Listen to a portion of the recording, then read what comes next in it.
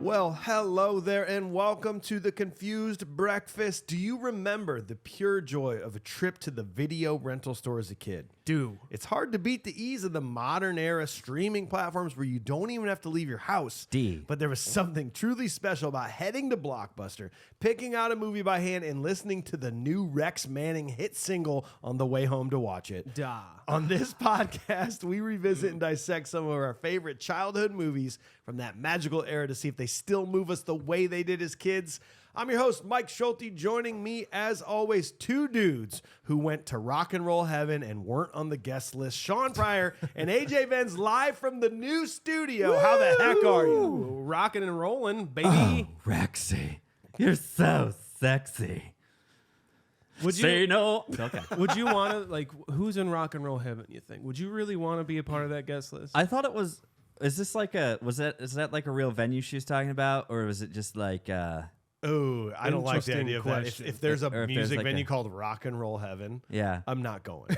It would be like worse than any tchotchke smallest town Planet Hollywood, or what is it? Yeah, what is it? Rock and Roll Cafe? Yeah, Hard Rock Hard Cafe. Rock Cafe. Yeah, Hard Rock like Cafe is way that. better than Rock and Roll Heaven. Yeah, no, it is. I actually really like going to Hard Rock Cafes, but I just think it's like, oh yeah, we've got the pants. Well, one of the shoes that Rex Manning wore in his video, and then who's Rex Manning? We don't know. Well, somebody sent it to us. We don't know. The boys in Saving Silverman have a better collection of rock and roll memorabilia than Rock Cafe. And Roll Heaven.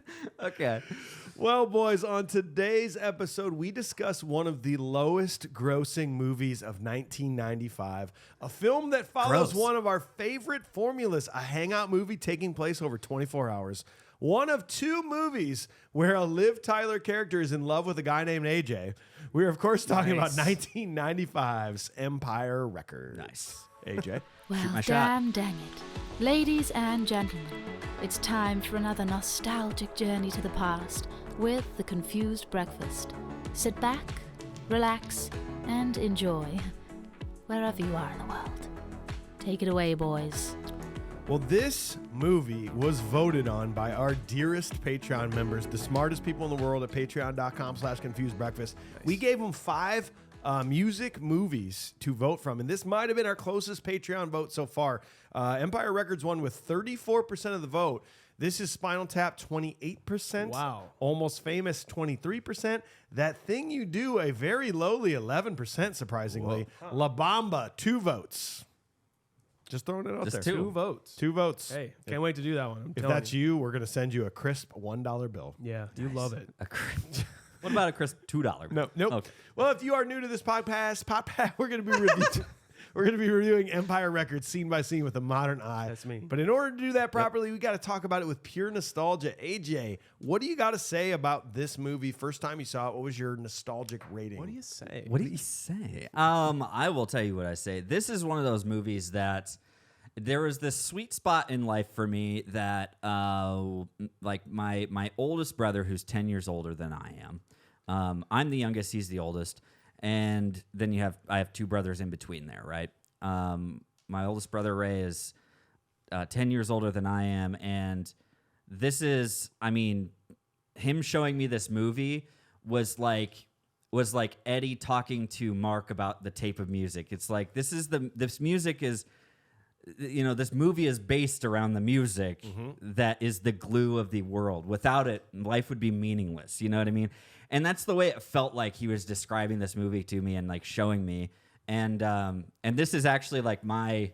That's your VHS This copy? is actually my VHS copy. I found it. I don't know how many years ago, but I found it many years ago. Unopened, and it's still unopened. It's still sealed to this day.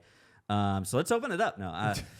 But when I saw it, it was just like one of those relics in time. So, and I think I loved it, honestly, because of how he explained the movie to me. And, you know, I kind of fell in love with the idea of the movie as well. And it just became one of those movies that brought me back to being, 12 or 13 and learning about, it's like watching a history show. Yeah. You know what I mean? So, but I loved it. I think I would give this movie, nostalgically, I would give this movie an 8.88. Cool. Sean, what about you, man? Kind of like when I first showed AJ the Texas Chainsaw Massacre. He showed me this movie for the first time. Damn, a while ago. Yeah. Yeah. And I could see what he saw in it. I love the hangout aspect of it. Yeah, that's like your thing. It's man. my thing. I love those movies. The music, it's a vibe movie. That's what I thought about it back then. And I would have to give it I'm going to go a 7.1. 7.1. So I bought the soundtrack before I saw this movie. Huge Gin Blossoms fan. Shout out to my mom, who's definitely listening. We love the Gin Blossoms. We love Collective Soul. Mom sponsor us. Mom sponsor us. Yep. And so I loved it. Heard the soundtrack first, but then like a couple years went by. I never watched the movie. I watched Dazed and Confused for the first time. Yeah, as you do. And I fell in love with Slater, Rory Cochrane. Yeah. I even would we talked about it in the Dazed and Confused episode. I bought like a wig and a hat like him, and I wore the same like clothes he did, and I like pretended like I was Slater. It wasn't like You a wore costume. that. You wore just that to did it? school. I did, yeah. Wow. Yeah, I was like, I'm Slater, even though I don't smoke. It's like, and then the teacher's like calling out your name, and Yeah. you'd be like, I'm not. It's I'm Slater. Not present. No, got her. So then I finally, I'm like, oh shit, Rory Cochrane's in this Empire Records movie. I'm gonna watch it.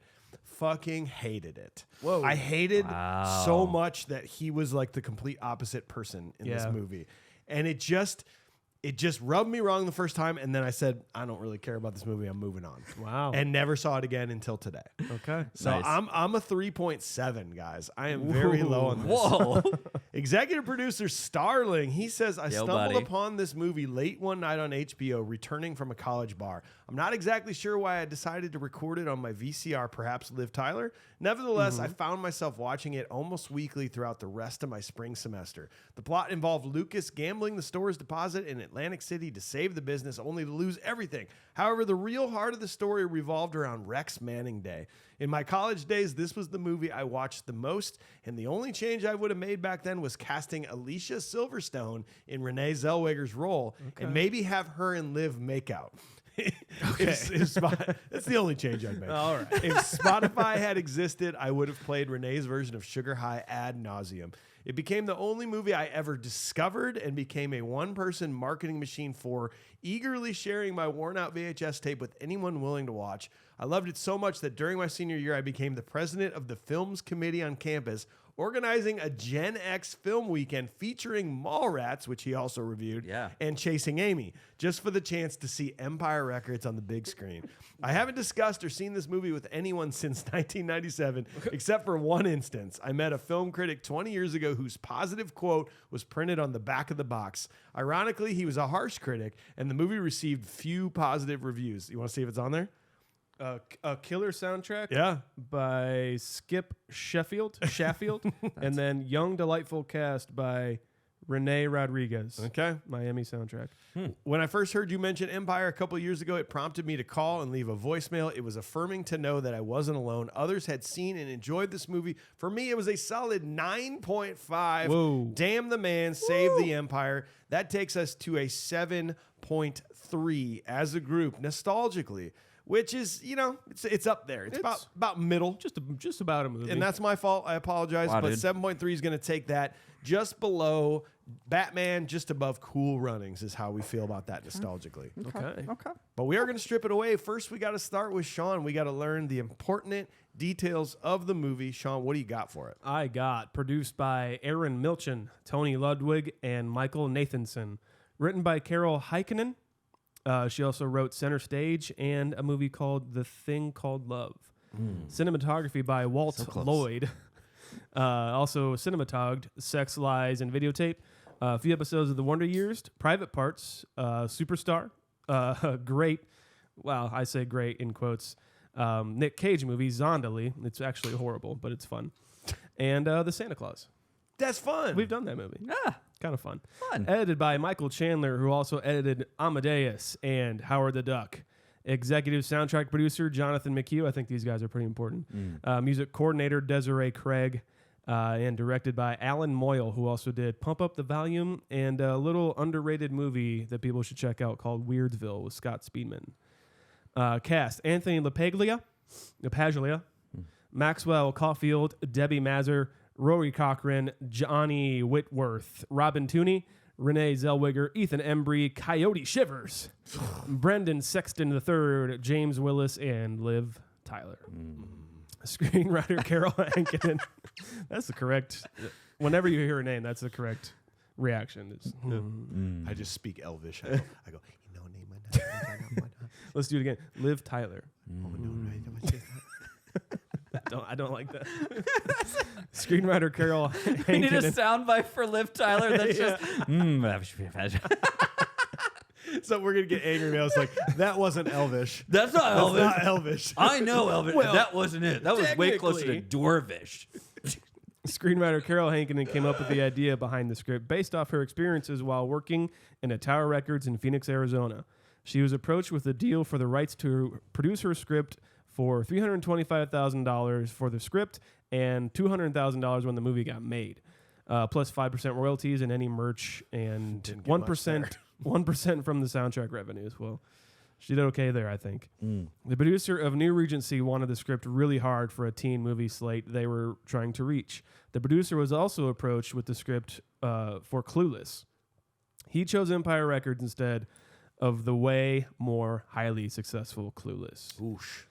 The music video for the Rex Manning song Say No More, Mon Amour was the first thing to be shot. The production only needed the portion where the cast makes fun of the dance, but they shot an entire almost 5-minute long music video, which can be seen on YouTube right now. It's fantastic. Yeah. And by the way, to point it out, I never realized that, but he actually sang that. Oh, song. really? He was actually the singer of that song. That's great. From what I can understand, it's incredible. Almost perfect casting. He just looks like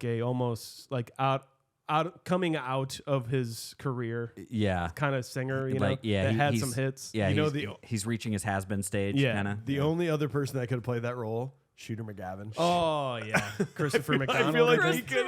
I feel like he's the only other person that could have played that role. Basically, Damn, just superimpose Happy Gilmore's nightmare version of him, just like Oh my God, yes. That's what I'm saying.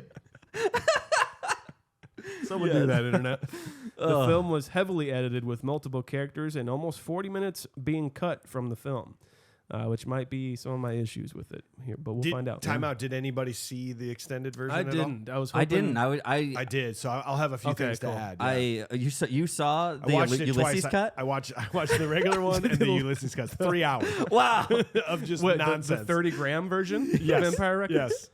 Okay. Oh man. Empire Records was released on September 22nd, 1995, and on a budget of $10 million, the film only made $303,841. That is probably, out of the history of the show, probably the lowest It's taking return. any movie has ever If we're got. talking about the most popular movies in the world, which we've been reviewing on this show, this has got to be one of the lowest. I think it's maybe the lowest. Wow. That's 10 million, and they only made 303. They made they made some of the budget back to pay the writer. That seems impossible. Like, you could fart out a movie and make more than that. Yeah.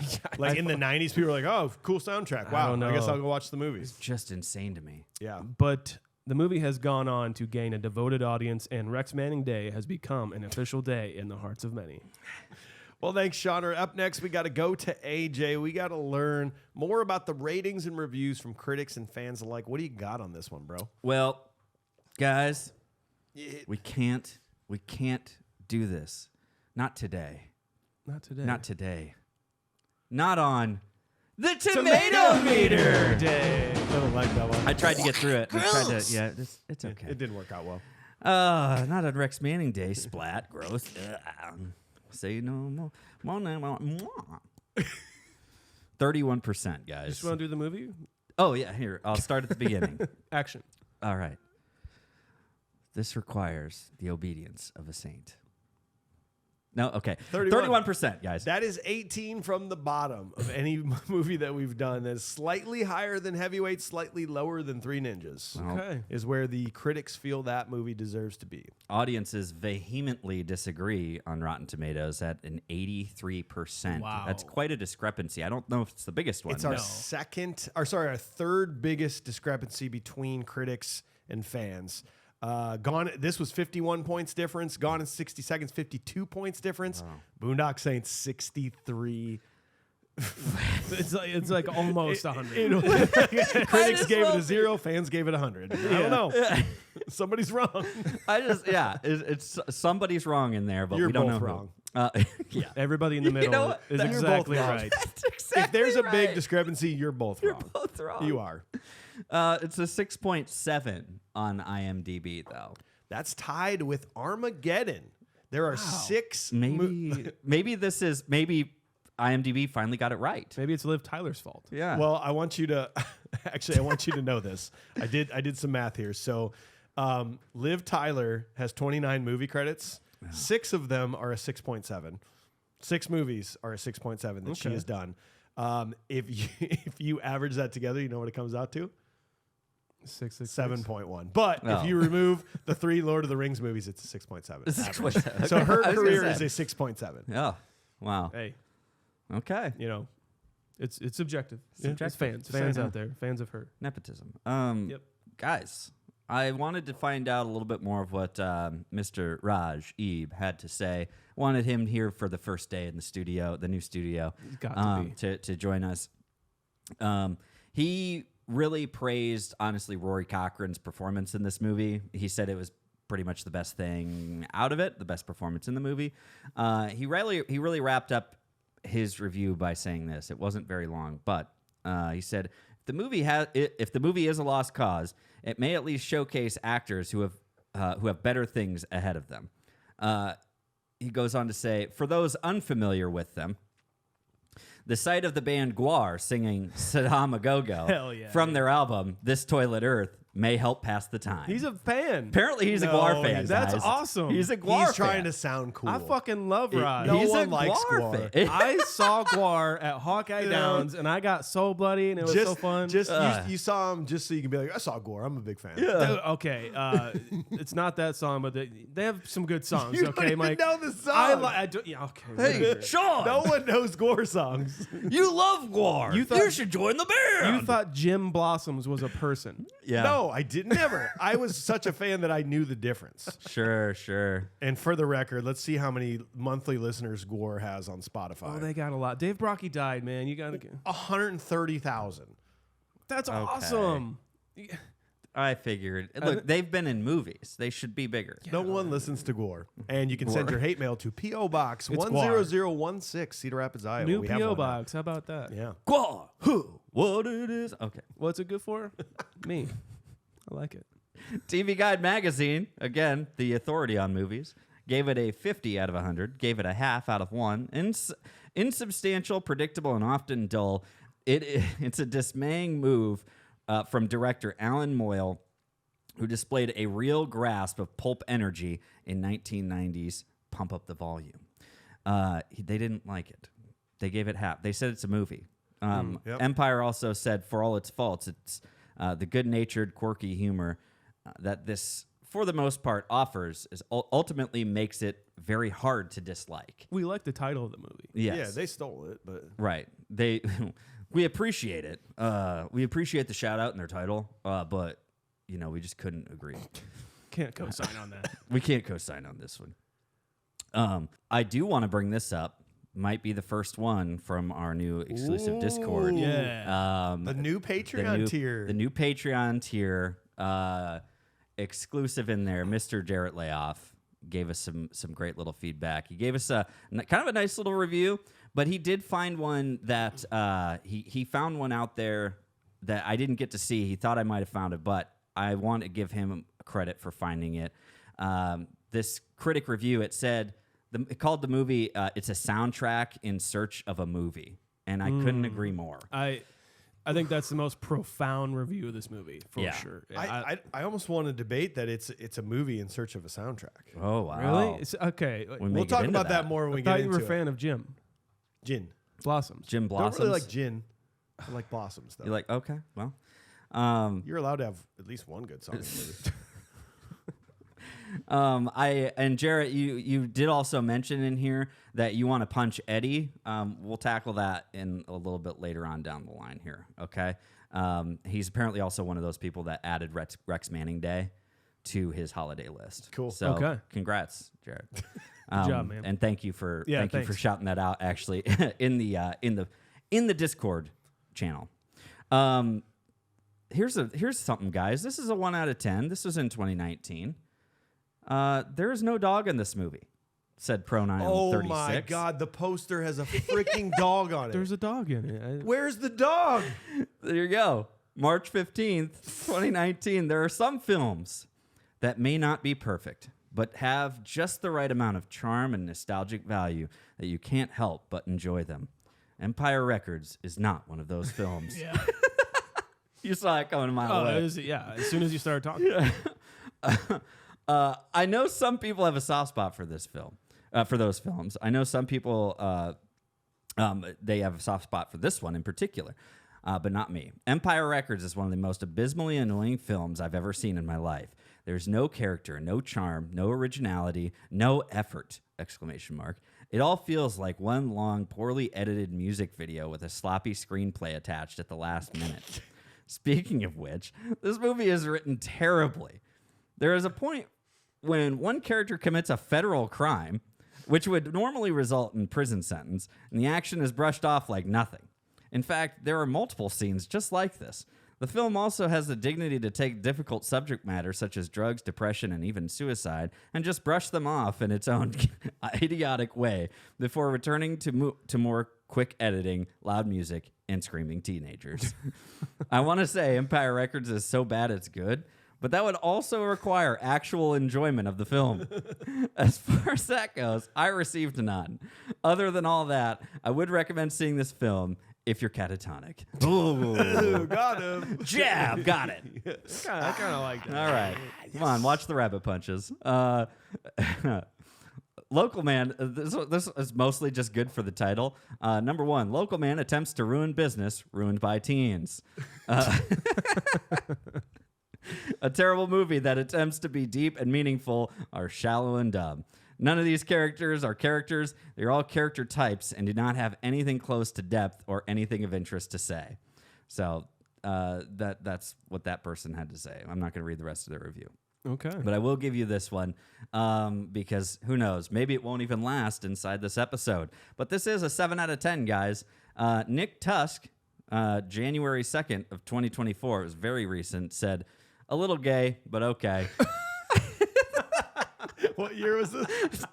Well, it was in 2024, but apparently he thought he was still in 1995. Yeah, exactly. Oh, I get it. No, he's just giving us his nostalgia Oh, rating. no, this is my nostalgia. Like, I just wanted to review it in the most, pure form nostalgia that I could. It's okay. So. I only said words like that back then. Yeah. If we're talking like back I mean, then. I don't talk like that anymore.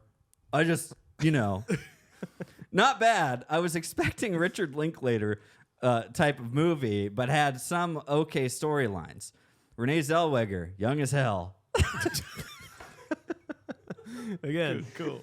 it wasn't okay back You then. didn't you know what? At least he didn't say young twice. It's like young as hell. That's different. Young and licked. He puts asterisk, licks my lips. Young as hell. And then, along with Liv, Tyler, and Rory Cochrane. He put apostrophe in between Liv and Got to. Olivia. or I'm sorry, a comma. He put a comma in between Liv and Tyler and Rory Cochrane. This is not a movie like Dazed and Confused. It's simply about a record store, a vaguely familiar storyline that kind of wanders about in a half comedic, half drama sense of the store. Losing money and then raising money to keep the store, not a dynamic plot, trying to hit a similar genre to either Clerks or Mallrats, but I think they sort of failed in that category. That was a long sentence. It was a big, long sentence. Other than that is definitely an older film, which is cool. I like watching the 90s genre. I probably won't watch this film again, even though I didn't hate it. He gave that a 7 out of 10. I don't know where the honor or the appreciation really was. Nope. I don't want to watch it again. But hey, Renee Zellweger's young. 7 out of 10. 7 Big out of yikes. 10. Young Renee. Young. Okay. Well, thanks, The more you say it, the worse AJ. it gets. It's awful. Thanks, AJ. Listen, guys, as a guy who has anxieties about not being in control, I've always wanted to dabble more in the world of THC gummies. Yeah. But after having a terrible experience where the one time they're like, oh, just have an ear, it'll be fine. It wasn't fine. After that, I've been so reluctant to ever try THC gummies. Microdosing's always been something I've wanted to try, though, and today's sponsor has provided us with what we've dreamed of. All sorts of people out in the world are microdosing to feel healthier, to feel happier, and to perform better. Microdosing is equivalent to getting into the zone, the just right feeling, those perfect moments when your body and mind are relaxed and at peace. I've been such a fan of these gummies for about 2 months now. Coming out of the overindulgence holiday season, I've been trying to cut back on alcohol intake, but as someone who loves to use alcohol to relax after a long day, it's really tough for me to go cold turkey. So this is where microdoses come in. Instead of reaching for a case of beer or a bottle of wine during the dark, lonely, cold nights of winter, I've been popping a microdose gummy, and I can tell you that it's been an incredible decision. This product has a ton of benefits. People report that it relieves anxiety, pain, muscle tension, that it spices up sex and intimacy. Hell yeah, It helps dude. people fall asleep, stay asleep, and it can even help with your focus and creativity. For me, it's relaxation and living in the moment. It's so rare that I have a night off on the weekend to just sit at home, pop in a good movie, but usually it's hard to turn off my brain once I do sit down. I find myself reaching for my phone, thinking about something to do. With microdose gummies, I've been able to just sit, relax, leave my phone in the other room. It's absolutely incredible. I can't recommend it more. A tiny dose of THC does wonders. You need to try it. The best part about this product is that you can take an extremely small dose just to feel the microdosing effects without feeling impaired. Great for beginners, but you can also just pop in more if you're a veteran. If you're a veteran, take a couple, full send. That is why microdose is a game changer. To learn more about microdosing THC, go to microdose.com, use code CONFUSED to get free shipping and 30% off your first order. Again, microdose.com, code CONFUSED, microdose.com, code confused. Microdose.com, code confused.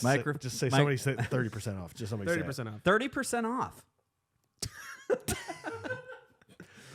Well, boys, it's time to travel back in time to a simpler time when the only way you could get your music was to go to a music store owned by a guy who hates music stores, run by a guy who looks like Scott Stapp, who plays his drums in the office Hell yeah, dude. during business hours. Yep. What's up? I'm just saying. And manned by kids who don't actually do any work. Nice. You could even bring your girlfriend with you and have sex in a listening booth while checking out the newest Gwar album. Sick. What a time to be alive. Not a cell phone in sight. Let's do this, Here we go. So scene one, Empire Records is a small independent record shop managed by Joe Reeves. Joe selects Lucas to close the store for the night. Lucas discovers Empire Records is about to be converted into a franchise called Music Town. In an attempt to save the store, he takes the day's cash to Atlantic City and loses everything. The next morning, Mark and AJ arrive at the store and quickly deduce what Lucas has done. Joe discovers the money missing. Can we start off with the Jarrett Layoff Actor Database? Do you mind? Sure. Let's do it. I love it. This is a unique one where there's really not much to report. Lots and lots of actors making their second appearance on this show. Interestingly enough, 3 people from our movie, Dazed and Confused. Yeah. You got Rory Cochrane. James Chemo Wills, he's Eddie. Eddie. He apparently was a guy at the party in Dazed and Confused. I mean, yeah. I think I remember. He's not even an actor. You just found him. They're like, you Probably. want to hang out? And he's like, yeah, sounds Fuck good. yeah, dude. He was definitely sitting around like Slater and Yeah. Pickman in the car. Yeah, 100%. We're the aliens, man. With a spliff. We're the aliens. Oh, You're yeah. right. That is It's gotta be right. That is him. And then you obviously got Renee Zellweger, who Yeah. as we talked about, was girl in the blue truck. Yes. In Dazed and Confused. But most importantly, I want to point out Robin Tunney. You remember what movie she was in that we did? She's Deborah in this movie. Mars? No, she was Ella in Encino Man. She was. yeah. She was her Oh my friend. gosh, Remember, yeah. she goes, "He's from Estonia, and I think he's jive." Like she's the one that just loves on Link Yeah, at I first. like her that. friend. So she's fantastic. Yeah. Betty Combs. Yeah. I like her a lot. Rory Cochrane's character doing this, does it make any sense? Like he's trying to save the record store, I guess, but it also doesn't seem like he is. It just seems like he lost it. It's like he's just being reckless. Yeah, it just seems like he lost it and he just doesn't care anymore. There's not enough like justification as to like why he decided to go to Atlantic City with the money from the store, which by the way, this store clears out $9,000, $9,100 a night or a day is what he said. Like, yes, because I think Mitchell says like yesterday's deposit or something. Yep. Which was a Friday. Yeah, Friday. Which was a Friday. So you're telling me that they in like 1995, that's like the equivalent of like what 18 to 20 grand. So if you do the math of $9,000 from back then, Yeah. let's just say they're open 300 days a year, and that's what they average. That's $2.7 million. Oh my god, is what that store generates in gross that's sales. not a success. And enough They're to trying it. to be like, yes, and it's not. We don't know. Yeah, we think we got to make more money and convert it to a music town. we need more money to be Music Town will give us more money and we'll be better off. Like that's what Mitchell is thinking. Like that guy's got to be cleaning up if he's the owner of this place. Yeah. Right? Yeah. You would think. I don't know. Like I am going to look that up. I want to know what $9,100 in 95 was, but in the meantime, he takes that money, puts it all on the line at a craps table, which is just to double your money. Yeah. And basically goes through. And you guys know I like to play craps and everything. Yep. Here's the reason why he lost that money. It's because the guy next to him wouldn't keep his stupid mouth shut and threw off his rhythm. Yep. A girl standing next to you, but not letting her roll a dice. She's been around this craps table a bunch. I don't right? think you are playing craps if there's not a girl next to you. Correct. Like, yeah. Like you are sex. I know. You are sex. I like your style. Well, Joe told me to count it twice. But like that's all. Those are all good karma things around a craps table. But then that guy talking to him, that's an $18,000 bet, kid. You sure you know what you're doing? And he throws him off. Yep. And answers his question and rolls the dice, and that is what threw him off. That guy's my most punchable face, by the way. Okay. The guy at the craps table. Do you? Most punchable face? Do you need want to- it? I mean, it's got. You literally just I just said had to going. say it. If we were on a train, I just to go wanted you punch a guys. face, I didn't want to I'm on force you guys. That's what I'm talking about. Do you got one? Ethan Embry needs to be punched real bad. I don't know what's going on with him in this movie. We will get to it a little later, I guess. But he needs to calm the fuck down and be a real person for a sec. Barring like he's maybe like does he have problems? I feel like everyone in this movie is punchable. Yeah.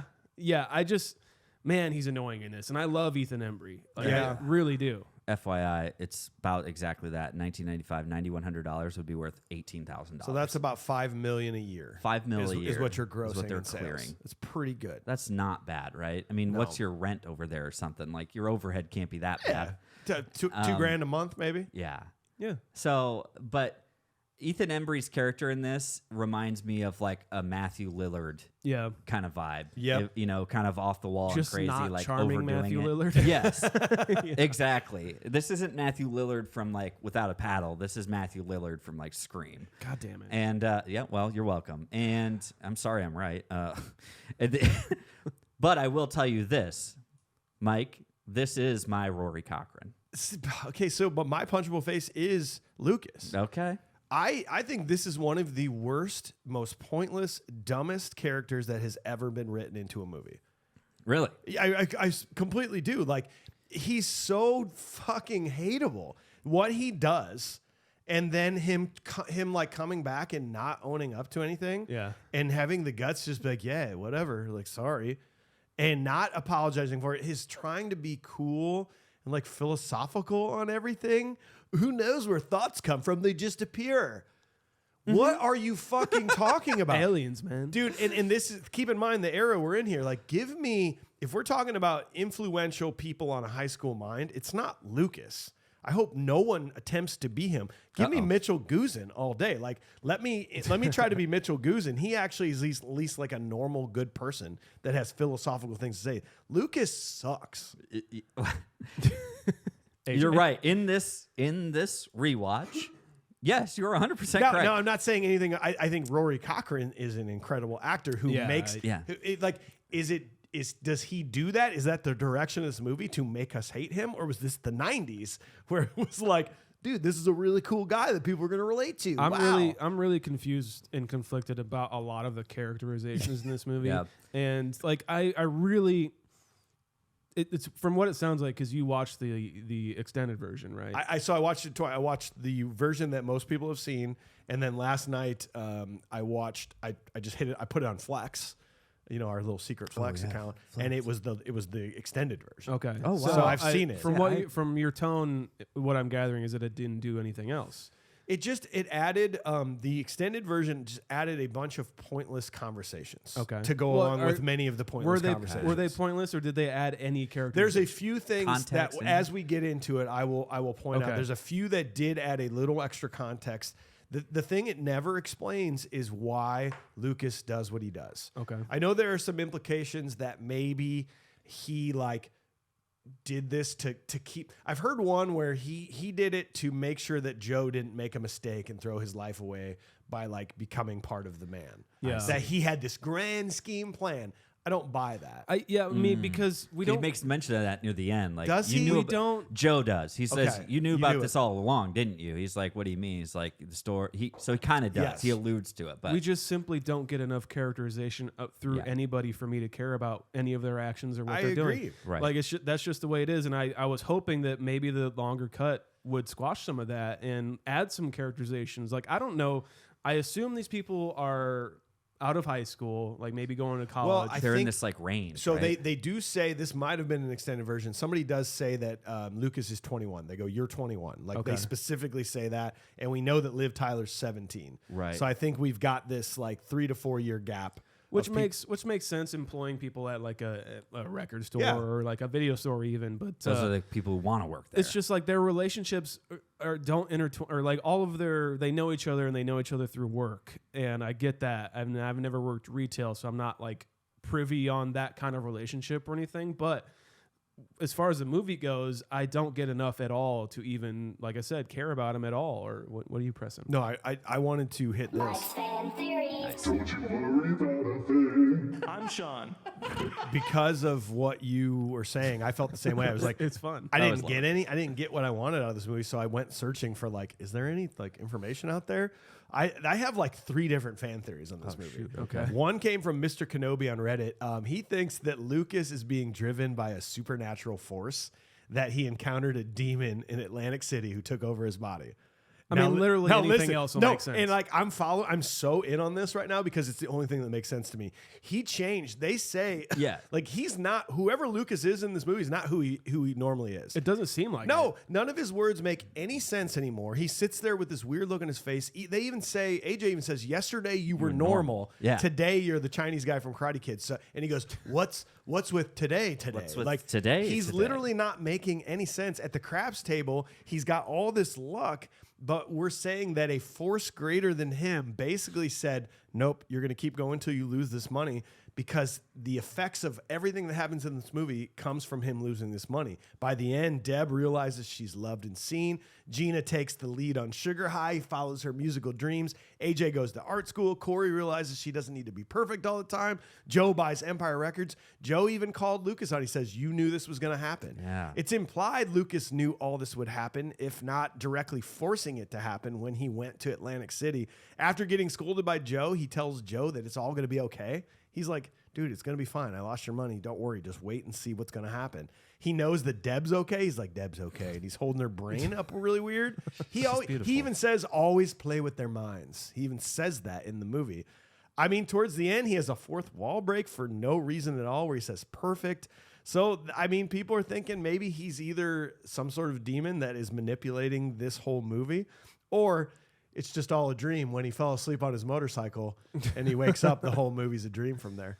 Think about it. I mean, I'm okay with literally both of those. I mean, it makes more sense than what actually happens. It in this really movie. does. Like I said, I never worked retail or anything, and it just seems like all of these characters aren't fleshed out whatsoever, and I don't know. It all of their quirks and isms that they have just don't make any sense. Nope. It would be more understandable if they just gave any more. Yeah. You know, honestly, Just a little bit. just any more for all of them, right? And I mean, when I say a little more, I mean like 30 seconds of character. Yeah. You could have done that. You know, you could have given any sort of extra background. It's as simple as Deb riding in on the Vespa, you know, for later on. It's like just that she rides a Vespa and that Who cares? her and well, you care when she says I sold it, you know, but those little things, right? Which I'm doesn't saying even about these matter because they have connections a are- party and make the money. It's like, oh, well, her and Coyote have like a Burko have a relation. Like, dude, I don't know. Burko We don't know. needs to be gone from this. Yeah, movie. it doesn't Well, matter. apparently, several characters were actually cut from this movie, Good. like wholeheartedly. Why did we cut Brecco? Apparently, the dog was cut from this movie because Look at the poster. There's the dog. after they made the poster, They also cut all the people of color from this movie. they too. did. Yeah, Oh man, they really did. There's not even somebody wearing glasses in this movie. No. Okay, like they are all perfect. they're all literally perfect human beings. God. And like there's not even a slightly thick kid. You know what I mean? Yeah. That's really it. But like I say, any like 30 seconds a character, it could have helped out a lot with this movie. Yeah. You know, and that's really it. And like I say, Rory Cochrane, this is my Rory Cochrane. This is my cock. Okay, because when it comes down to it, This Cochrane is my cock, man. this is my Cochrane. That Are you saying cock ring? Yeah, thank you. Thank you for clarifying. I jumble. It's that Iowa Can we get accent. Can we get a merchandise item that's a cock ring with Rory Cochrane? Yeah. Or Cochrane. That's why you come to us, folks. Cochrane. That's why you're here. But I remember saying these lines almost verbatim to you teachers. thought he was cool, Because I didn't you? thought he was cool. He had this like, he had this mysterious vibe, and I thought he was cool. Did you wear turtlenecks? sweaters? I didn't wear turtlenecks. They didn't compliment my body like they did for him. You know, as long But as it's black, it doesn't. You know, Right. It's, Yeah. You know, and Doesn't show it's always form. that thing of Yeah, like look when at he's this. talking to Joe, it's like, where's the money? He's like, it's in Atlantic City. What's it doing in Atlantic City? It's like, well, redistributing. Like, you know, Will you just shut up and get to the point, man? No, I agree with you. I think that his performance is really Yeah. good. it's gonna be all right, Joe. What makes you think that? It's like, who knows where thoughts come from? They just just happen. shut And he's up. just like, Just shut up. and I remember doing that to a teacher. You were loved. I was probably hated by that teacher. Yeah, and I don't know. Maybe some of this is like informed by the time that we're living in the 90s, where like, you know, the youth was pretty confused about a lot of things, and you know, the Columbine aspect of it and everything like that. Kind of like the misdirection of the youth of the time. You know, the only thing that was leading these kids was Nirvana, and then that was about to end. You know. Maybe that's my justification of it, of like why they're acting so erratic, all of these people. And like, yeah, they are just kids, but I think maybe some of the time informs some of it. What do you guys think? Well, wasn't there? I read a little tidbit about it. It's funny that you say that because I read a little piece that said some of the reason for there was a specific reason for April 8th, which is the Rex Manning Day. But I believe that it was either that day or the day before, something like that they found Kurt Cobain. Oh, okay. It was the day. It's kind of like the day the music died for the 90s. Sure, You know what I okay. mean? And that was what prompted this movie date, or Rex Manning Day, Yeah. if you will. I'll tell you what, though, the thing that does make me happy about this movie is the fascination with like record stores at the time. Yeah. You know, Sam Goody's, Tower Records, like they're to kids listening now, like you had to physically walk into a music store and buy your CDs, and they had listening booths. There were booths that you could walk into and preview an album to make sure it was cool. And it was the coolest. I never got to work in a music store, but that was the pinnacle of all jobs. And they do a good job of selling it here. Like the coolest of the cool kids work at a record store. The whole vibe of like the set of the record store and just like the aspect of working in one, they nail. I think nail like it. that's what I do like about this movie a whole lot. Like the vibe is on point. It I really think. is. It's hard to resonate with nowadays, though, because there are no music stores. Yeah. Retail definitely doesn't employ 10 people at a time because that's fucked up. No. And like the idea of just standing around and having conversations with people. Yeah. If this happened now, it would just be people on their phones sharing memes with each other, being like, I know. have you seen this? Have you Yeah. seen this TikTok? That's Have you seen totally this? true. Have you seen this no, TikTok? Oh They my would God, did you never. see that thing on the They TikTok? would never have conversations about any of this stuff, even though it's not like important. They try to make these conversations as important. They're not. Yeah. But like they think they are at the time. Even like the little sort of weird details of like I think this is what's happening. They match up the M&Ms to see who gets the first song play or whatever. yeah. And they That's have cool. veto rules and Yeah. stuff like that. That is cool shit. Yeah. That's I think the culture around the store is what's really great, and I honestly do believe that a lot of the conversations that are happening. I'm not talking about as we get into this like these what are meant to be deep conversations, but I think that conversations that do happen in the store are a great example of important conversations that you have when you're that age. Yeah, of You know what I course. mean? Yeah. I think that's what's great. And like at the very end, like when Eddie and Mark are sitting on the curb, Yeah. you know, the end credit scene, we'll get to it. But again, those are the conversations that we would have, Yeah. you know, and I've had that conversation before.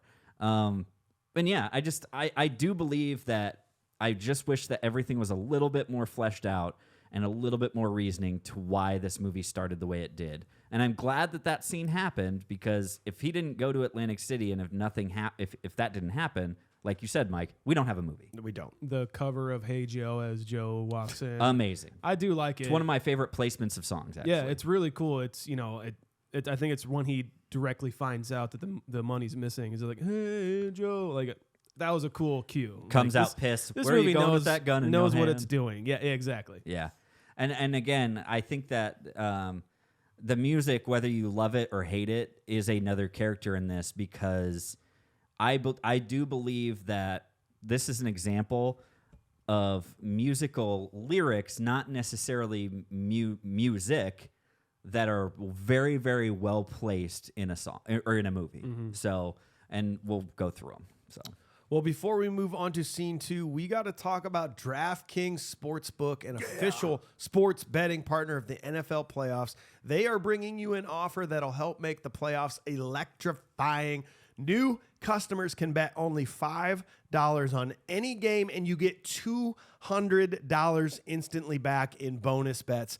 This is the easiest way to get into sports betting. Low stakes allows you to make a ton of bonus bets with this $200. If you've ever considered making watching sports more entertaining and fun, this is your chance. Shit, Lucas could have just got on his phone in the back office and made some sports bets instead of driving his motorcycle Great point. all the way Dude. to Atlantic City. I'm putting $9,000 on the Dallas Cowboys. That's Yep. not. Let's go, baby. That's not. I feel good about that, Yeah. man. They gave me 10,000 to 1 odds that Creed's going to play the halftime show. So if somebody gives you 10,000 to 1 odds, you take that bet. Yeah, you that's very bet smart. on your heart, and Yep. that's it. I've been using them. I've tried every single little sports betting app because I love it. But DraftKings Sportsbook is the best around.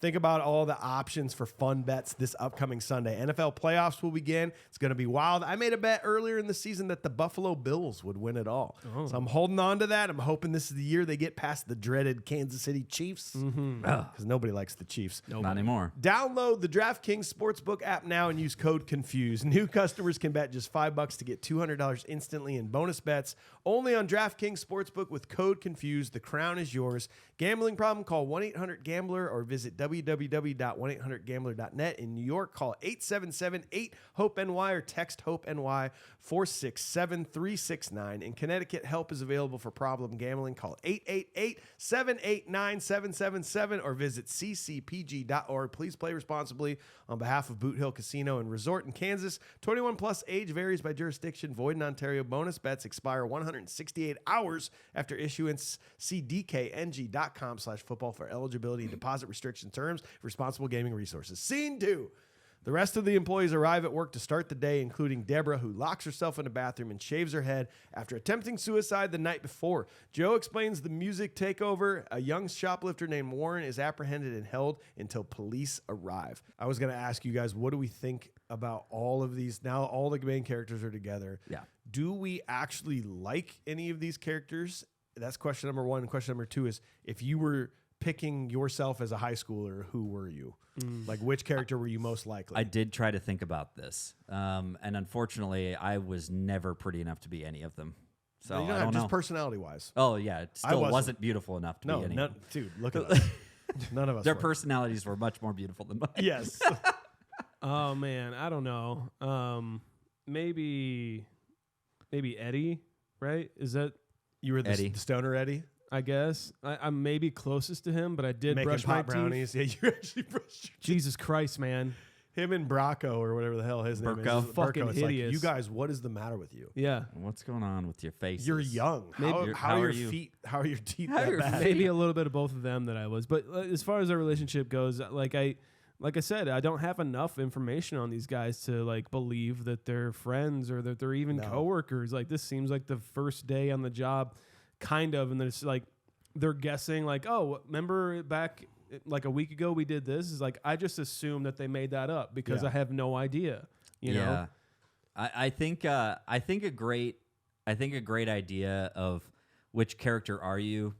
I think a better way to play it is which one did you want to be, Okay. and which one like did you not want to be almost, or like which one were you actually though? You know what I mean? It's like Yeah. because like I wanted to be Lucas. But I was probably somewhere between like Lucas and AJ. Yeah, because I wanted to be a hopeless romantic, but I was never outspoken about it like he is. Yeah, I might even be a little bit Robin Tunney. Oh, there you go. See, A little bit. Yeah? Yeah. You I like shaved your that. head before? No, just I can weird- see that. On weird the job, choices like on the that. clock, you shaved your head? No, you know got what? paid for it? I was Liv Tyler then because I was just way too innocent to like understand what was going on around me. Do you think Madonna will make me lose my virginity today when she comes into the store in Mount Pleasant? Yeah. Yeah. Oh man, you think so? As I stroke like a photo Oof. of it, no, it's like no, it's not gonna happen. I think I was AJ, kind of hopeless romantic, but like artsy Oh, at man, the same I'm honored. time. Yeah, Yeah. man. I think that had to be who I am, but I just don't like. I don't find any connection to any of these people though. I Like don't either. when it's over, I'm just like, yeah, okay, cool.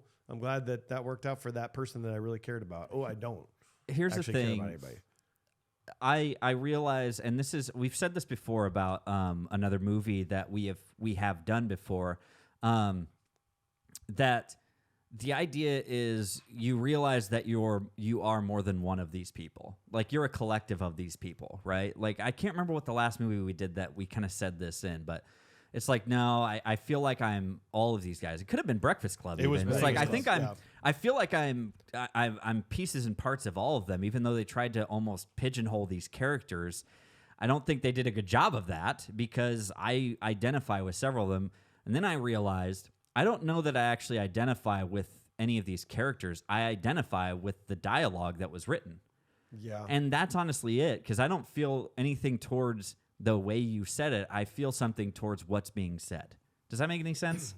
Yeah, I mean, I think the vibe of it is like sort of a aimless generation just doesn't know what's going to happen or what's, kind of like at the end of Days of Confused where they're just like, I don't know, I guess I'll do senior year Yeah. and go to college or whatever. I guess I'll do that. I mean, that's high school in a nutshell, really. I do Yeah. get that vibe, but that's way too broad of a detail to just be like, oh yeah, I can totally relate to all you guys, Yeah.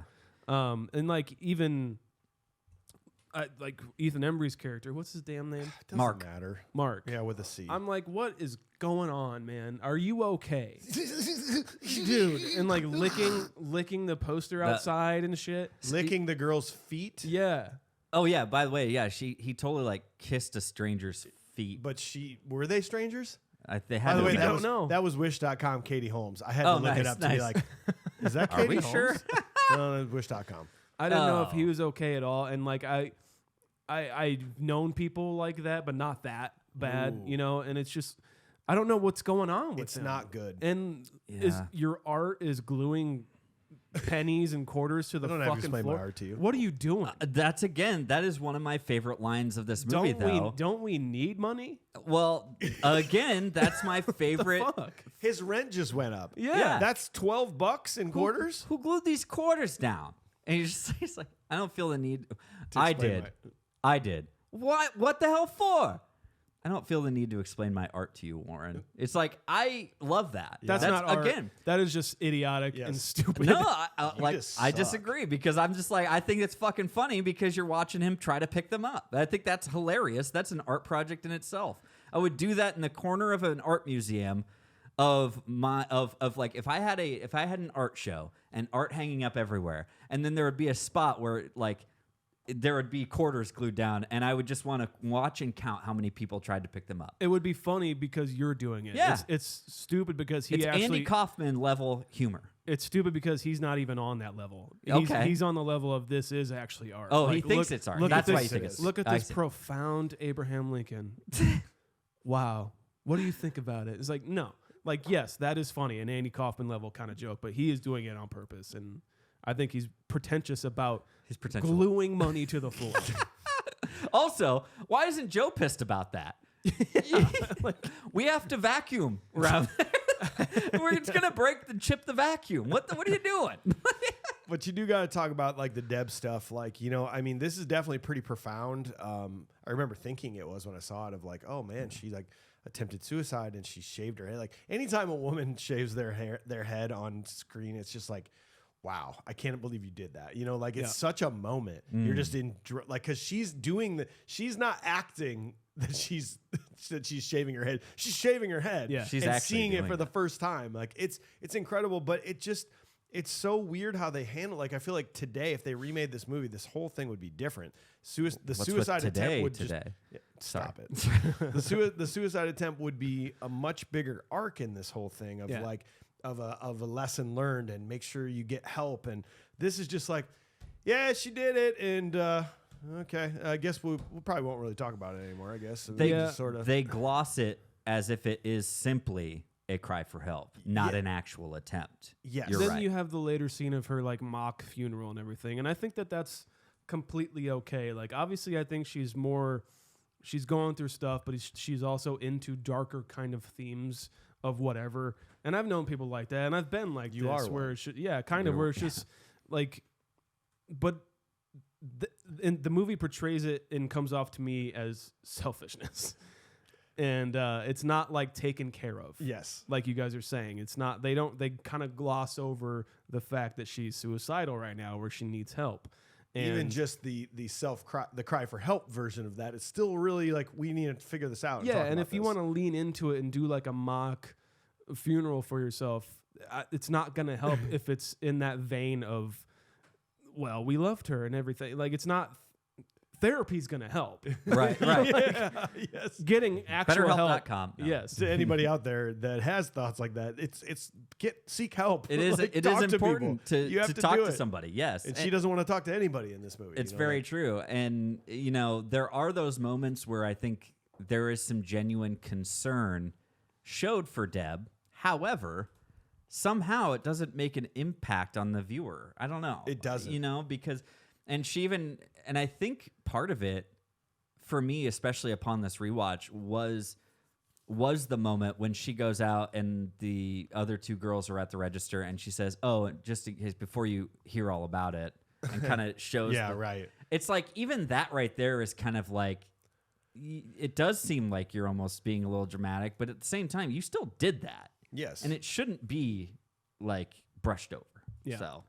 Well, and so, I mean, then we got to talk about the greatest character in this entire movie, the only one that I want to love and hang out with. It's Warren. Yeah, okay. Warren, I'm kind of with you. man. Warren's the best character in this movie. And Eddie. Like, I like Eddie a lot. I'm going to be honest with you. Eddie is my lovable face. Eddie's a lovable face. other Not than my the most teeth. punchable face, Jarrett. I agree with you. I think it's totally and completely because of the end credit scene. Really? Which Yeah. we'll get to, yeah. I think all the way along this movie, Eddie is giving great, reasonable, wonderful, like, and honest, almost advice or feedback. When he walks in and talks to Mike about, Mark about the tape, a little Floyd, a little Zeppelin, a little this. Floyd's cool. Like that thing, right? But and so, but fuck. It's like, jeez, dude. But Someone needs to take him in a corner and be like, settle down. calm down. Take it easy.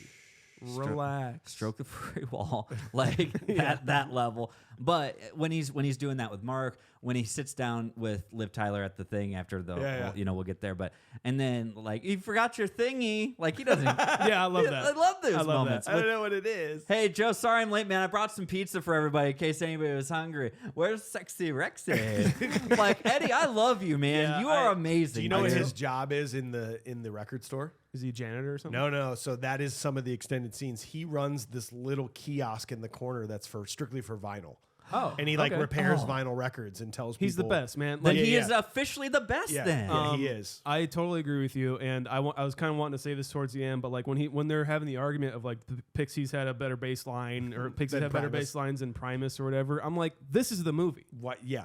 You're working This in is a record- completely the you're movie. working Cheers. in a record store. Why are we Cheers. not talking about music? Yeah, like I'm glad you guys agree. I'm like more scenes like this, I would have fallen completely head over heels in love with this movie. It would have been like It would have been High like Fidelity. Clerks Yes. meets High Fidelity meets Dazed and Confused. It would have been like and the like perfect you can movie. you can inject in like the social commentary and everything of like people being depressed or like, you know, these kids are going through something. You can inject all that with this conversation. It's almost like, you know, I guess Tarantino like dialogue.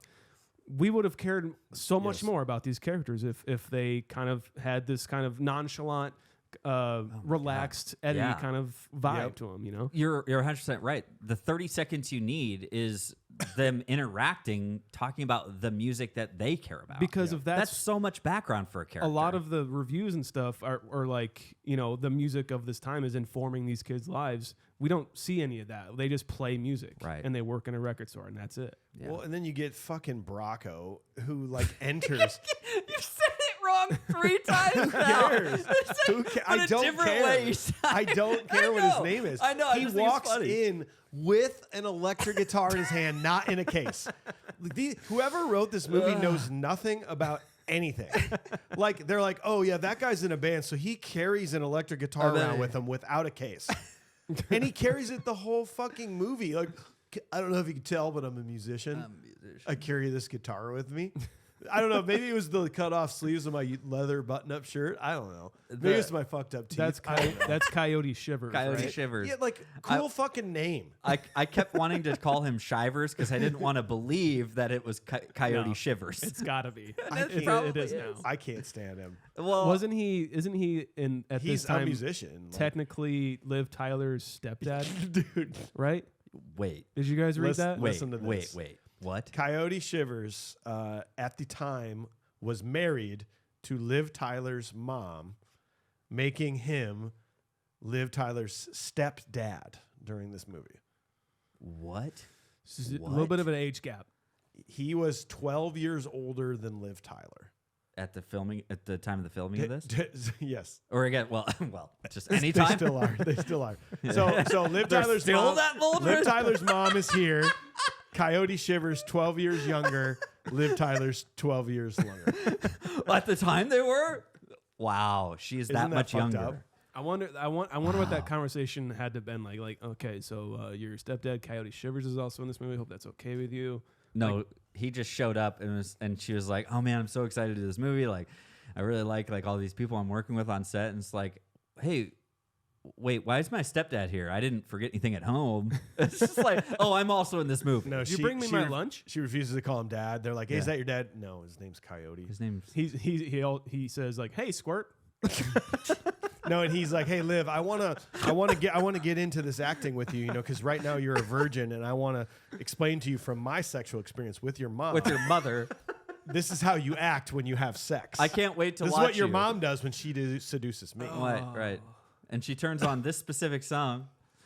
Not another Don't wanna drive-in lose movie. my Oh, eyes. yeah, that's the one. Sorry. Don't wanna Oh fall no, asleep. you mean to tell me that Coyote Shivers plays Aerosmith when banging with Loving Tyler's in mom? elevator, loving it up, and I'm going. Yeah. What are we doing here? It's Yeah. time. This is It's time to upsetting. dive into Rex Manning here, boys. Let's go to scene 3. So Okay. Rex Manning arrives to sign autographs. Empire Records owner Mitchell Beck arrives to collect the missing deposit, and Joe gives him a fake bag. Corey awkwardly attempts to seduce Rex Manning during his lunch break, and a lovesick AJ finally attempts to tell Corey how he feels about her. It doesn't go well. First of all, before we get into Rex Manning, here's a problem I have with this movie. They had an opportunity to really put some good music in this movie. A movie about a record store. They had the opportunity to go Dazed and Confused on us, to go high fidelity, to literally make every song we hear a classic, perfectly fit song. Let's make it count. Yes, and they did not. So there's a couple songs here, right? Like Romeo and Juliet by Dire Straits. I don't know if you know that. I love that song. Love that song. AC/DC, If You Want Blood, you Come on got now. it. Love that song. Sponge, that Plow. It's called Plowed. Good song. Those 3 songs are not even on the soundtrack.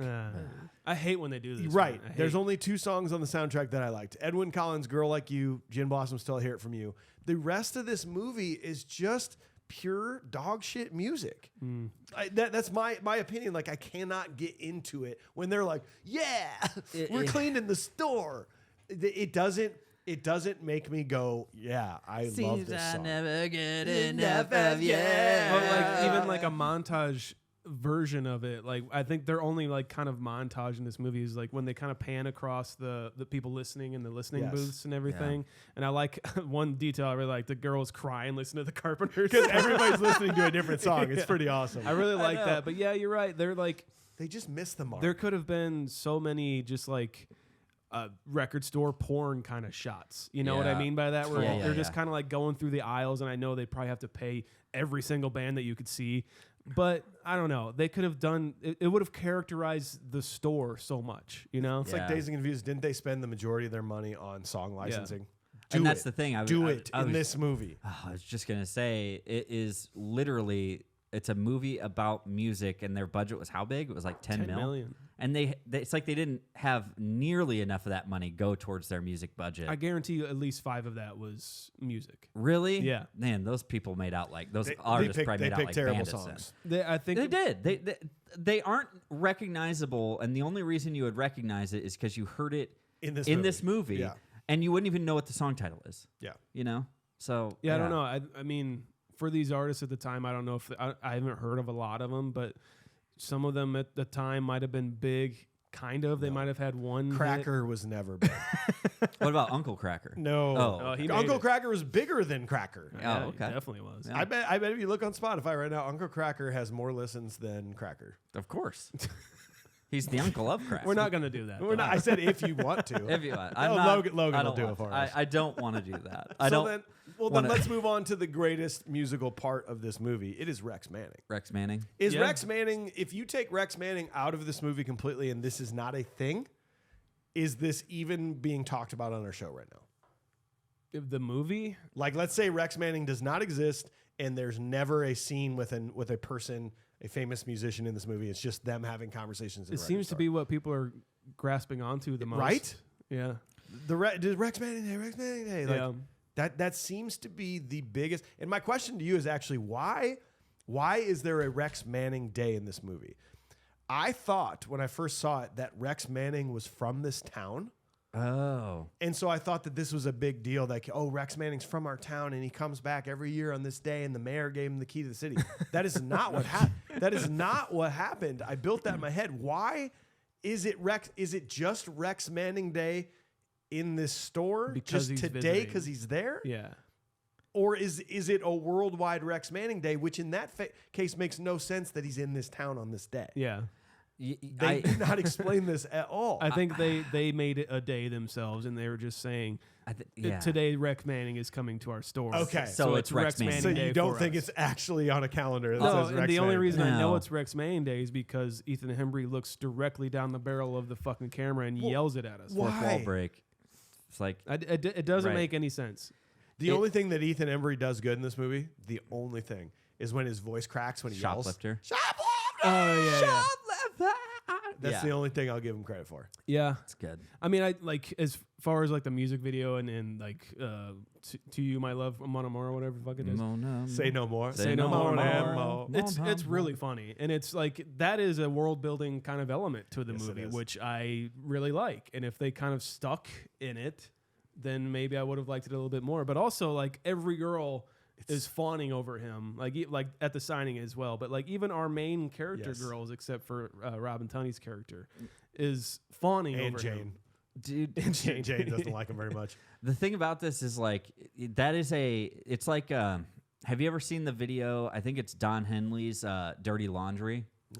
It's like, dude, watch that video and then tell me that's not where they got all this idea from. It's brilliant. Like, it's black and white. He's in like a billowy kind of shirts, that kind of thing. It's very funny, and like his whole band is sexy, like stone cold women. Yep. Playing their instruments and stuff, and it's pretty amazing, honestly.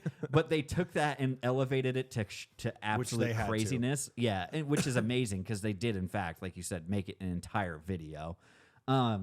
But yeah, I don't know. Like, him coming in is just, it's Rex Manning Day, and you know that Joe has been watching this on the calendar, being like, God damn it, it's the day of that Rex Manning's going to be here. What's wrong, Joe? It's just like, ugh. Yeah, nobody likes you people into anymore. a store.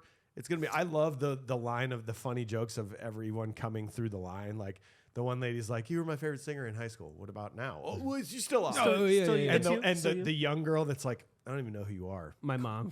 And she goes, cool hair. Cool like hair. that. She's my favorite. And the old lady, more. This is the best thing ever because if I know how often does this happen to people who have a signing and a meet and greet, and they come through and they're just like trying to impress the person because in that lady's head, Rex Manning's to be like, oh my God. Wow, amazing. You really do. Let's fuck. Yeah, like, it's just rough, man. So one thing. But Mark clapping behind him is like, it's so funny. One thing that really needs to be discussed, and I hope that the majority of people listening do not know this, but if you watch the extended version, we're into the Liv Tyler seduction scene, right? Okay, yeah. She's in there. She's seducing him, and he's like, you sure you want to do this? And she says, yep. And he unzips his pants, and then in the version you guys saw, she flips out and leaves, right? Yeah. In the extended version, he unzips his pants and he grabs the dressing, goes, hope you like the taste of blue cheese, and starts shaking the dressing bottle. Like he's going to put blue cheese dressing on his dick. Are you serious? Which makes so much more sense. Yes, it does. Why she ran out that way. And it's hilarious. It's, dude. and I have so many problems with this scene. Okay, but like she's 17 and that's not okay, right? We're already past that. Are we assuming that Gina's 17? I don't know. I don't know. I don't know. I have a problem because they want you to hate Rex so bad. But dude, go. But like we don't, right? Like he's just there he's trying to turn her down and he's just trying to eat his lunch and she's seducing him and he's like he even asks like, "Are you sure you want to do this?" Maybe that's his move to get people like this to go away from him. He's like, trying. I'll grab my blue cheese and spread it on my cock.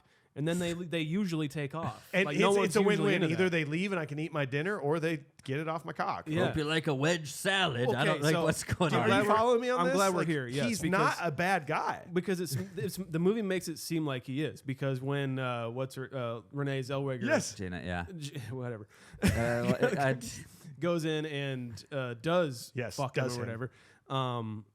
Then they both come out of the room and everyone's like mad at Rex, like, you need to get the fuck out of here. It's like, dude, what would you do? Right. Everyone's throwing themselves at him. in the orange apron earlier, right? Yeah. Did you see that? And by the way, you all are completely aware and know what Gina likes to do or her personality, her promiscuous habits. Like, you're all more than aware of this. Even Joe is like fed up with it because of the apron thing. Like, Gina, oh, she did this last week with the, I don't know, with the poster of, it's just like, you guys you all know what's going on. Yes. It's such a weird, and why, so what do they want you to imply with this scene? Do they want you to think that like Liv Tyler is mad at him for being such a jerk and being like, you got to suck in my cock? That's what it seems like. Or is she mad at herself for doing this? I think it's just a combination of both, which I understand. And I've seen movies like that, and I maybe known a few girls who are just like kind of embarrassed about that. Okay, like good call. Embarrassed about like kind of their sexuality. And it's like, you don't need to be embarrassed, Yeah. I like that aspect of it. I'm not sure that's really implied here. I just kind of put that in my own mind to make it easier for me. Just because of like it's the deep read into it, you know, is like, you know, she's been hyping this idea and experience up in her mind so much, which, you know, everyone does. Sure, and like putting it on the pedestal, right? Mm-hmm. And Rex has been a sex icon for how many years? He's like, we're talking about him in this movie. He's referred to simply as a has-been. Like he's hanging on to his career too long. The album that she has in the car is so young. Is like 30 years prior. And that's he the looks like a thing. teenager. Right.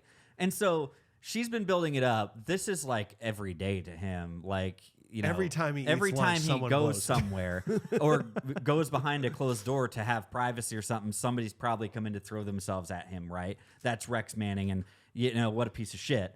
But at the same time, it's like she thought that she wanted candlelight. It was going to be a special moment. Yeah. He was going to be enthralled and sweep her off her feet to be, make this the special thing. And it's like, it wasn't didn't that. happen. And he just unzipped his pants, rock and roll. And that's it. And she was like, oh, wait. What? No applause? Yeah. It's just like, yeah, see, it's not what you thought it would be. And that's all I could take from it, right? Yeah. That's it. I agree with you. And then that takes me to her and AJ. And so this whole conversation pretty much goes, AJ, I don't think about you like that. We have something better than that. That's bullshit. You know it's bullshit. Do we? There's no history of them. Like, have they been dating? Did they go out on dates for a little while? Then later in the movie, she goes, "You're my best friend. You've always been my best friend." I didn't know that. What? I haven't seen you guys talk at all in this movie. Exactly. And by the way, you. I didn't even know your name until today. Yeah, like you love me. who knew? Like, Did you catch though? At one point, AJ checks his pocket watch on the roof because he said at 1:30 by 1:37. 1:37 exactly. Joe. Yeah, and his watch says 1:30. 7 minutes of movie passed before he says "I love you." Okay, there you go. Good so job, he editors. actually, like, editors actually did something good with themselves on this. And I will ask you guys this: do you like this guy's performance of AJ? I do. Do you like it? I like AJ. Great hair. I get a little torn on it. I'm like, you know what, man? I don't know. I feel like you are a background character of like Boy Meets World, like Sean Hunter's brother that we never met, or like a Lawrence brother, you know, hanging out with them. I feel you, but like you can either just dive into AJ here, or you can do Braco or whatever his fucking name is. It's never gonna get it right. No one cares about him. Nobody cares. No one cares about him and his cutoff sleeve shirt and his shitty musical guitar stylings. Stylings. You can tell because I carry my guitar with me. Oh, that's pretty cool. Sometimes I carry it in my hand. Sometimes it's around my neck, and I'm just kind of strumming. And because it's an electric, He starts strumming it just to show somebody like a lick that he made. It's completely out I of tune. can't understand what's happening because it's an electric guitar and it's not plugged in. But yeah, okay. Anyways, I get a little bit torn on his performance. There are parts I love it and parts that I'm just like, eh. But It seems like you're trying to say it's a little corny for him. some of them get to be a little forced and a little corny. Yeah. Okay, Yeah. I agree with you, but I do overall kind of like him. Cool. All right. Good. Real quick though, let's do this. Ooh, here's a got mine. prop.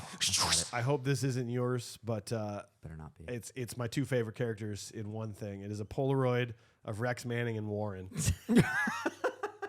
The two best people of this movie. I want a Polaroid This of that. set needs that now. Can someone at least, you can either get it for us or make it, or at least tell us where to get it. I want the Polaroid. I do Yeah. want to name a movie that guy is in. Which one? Rex Manning? No. Warren. Brendan. He's actually got quite a prolific career. Brendan Sexton III. He's also in a great fucking horror movie called Session 9. He's Yes! great in it. He's so I've good seen in it. that. You have? Okay, good. I love that movie, but check that out. Okay. He's a great actor. Sorry, I just want to go back to how good he is. Like when he's laughing on the couch, he's going, Yeah. I love like, him. yeah, he's, what's he doing here? Or me, Joe, you Jay. Shut up. Like he's the funniest part of this movie. I like him a lot. He does give a lot of nice like breakup to what's not happening in this movie.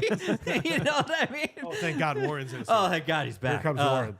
Like, I want to sawzall the part of the floor that has the quarters and the pennies and stuff out of the floor. Maybe put it in our corner. Yeah, just kind of like hang it up here. I love that.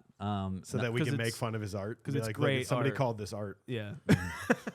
This is art to someone. Somebody thinks this is art.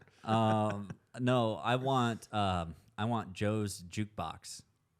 Oh, that's nice. Do you guys do you remember looking at it in the back when he goes and turns on like AC/DC? Yeah. It's behind Lucas.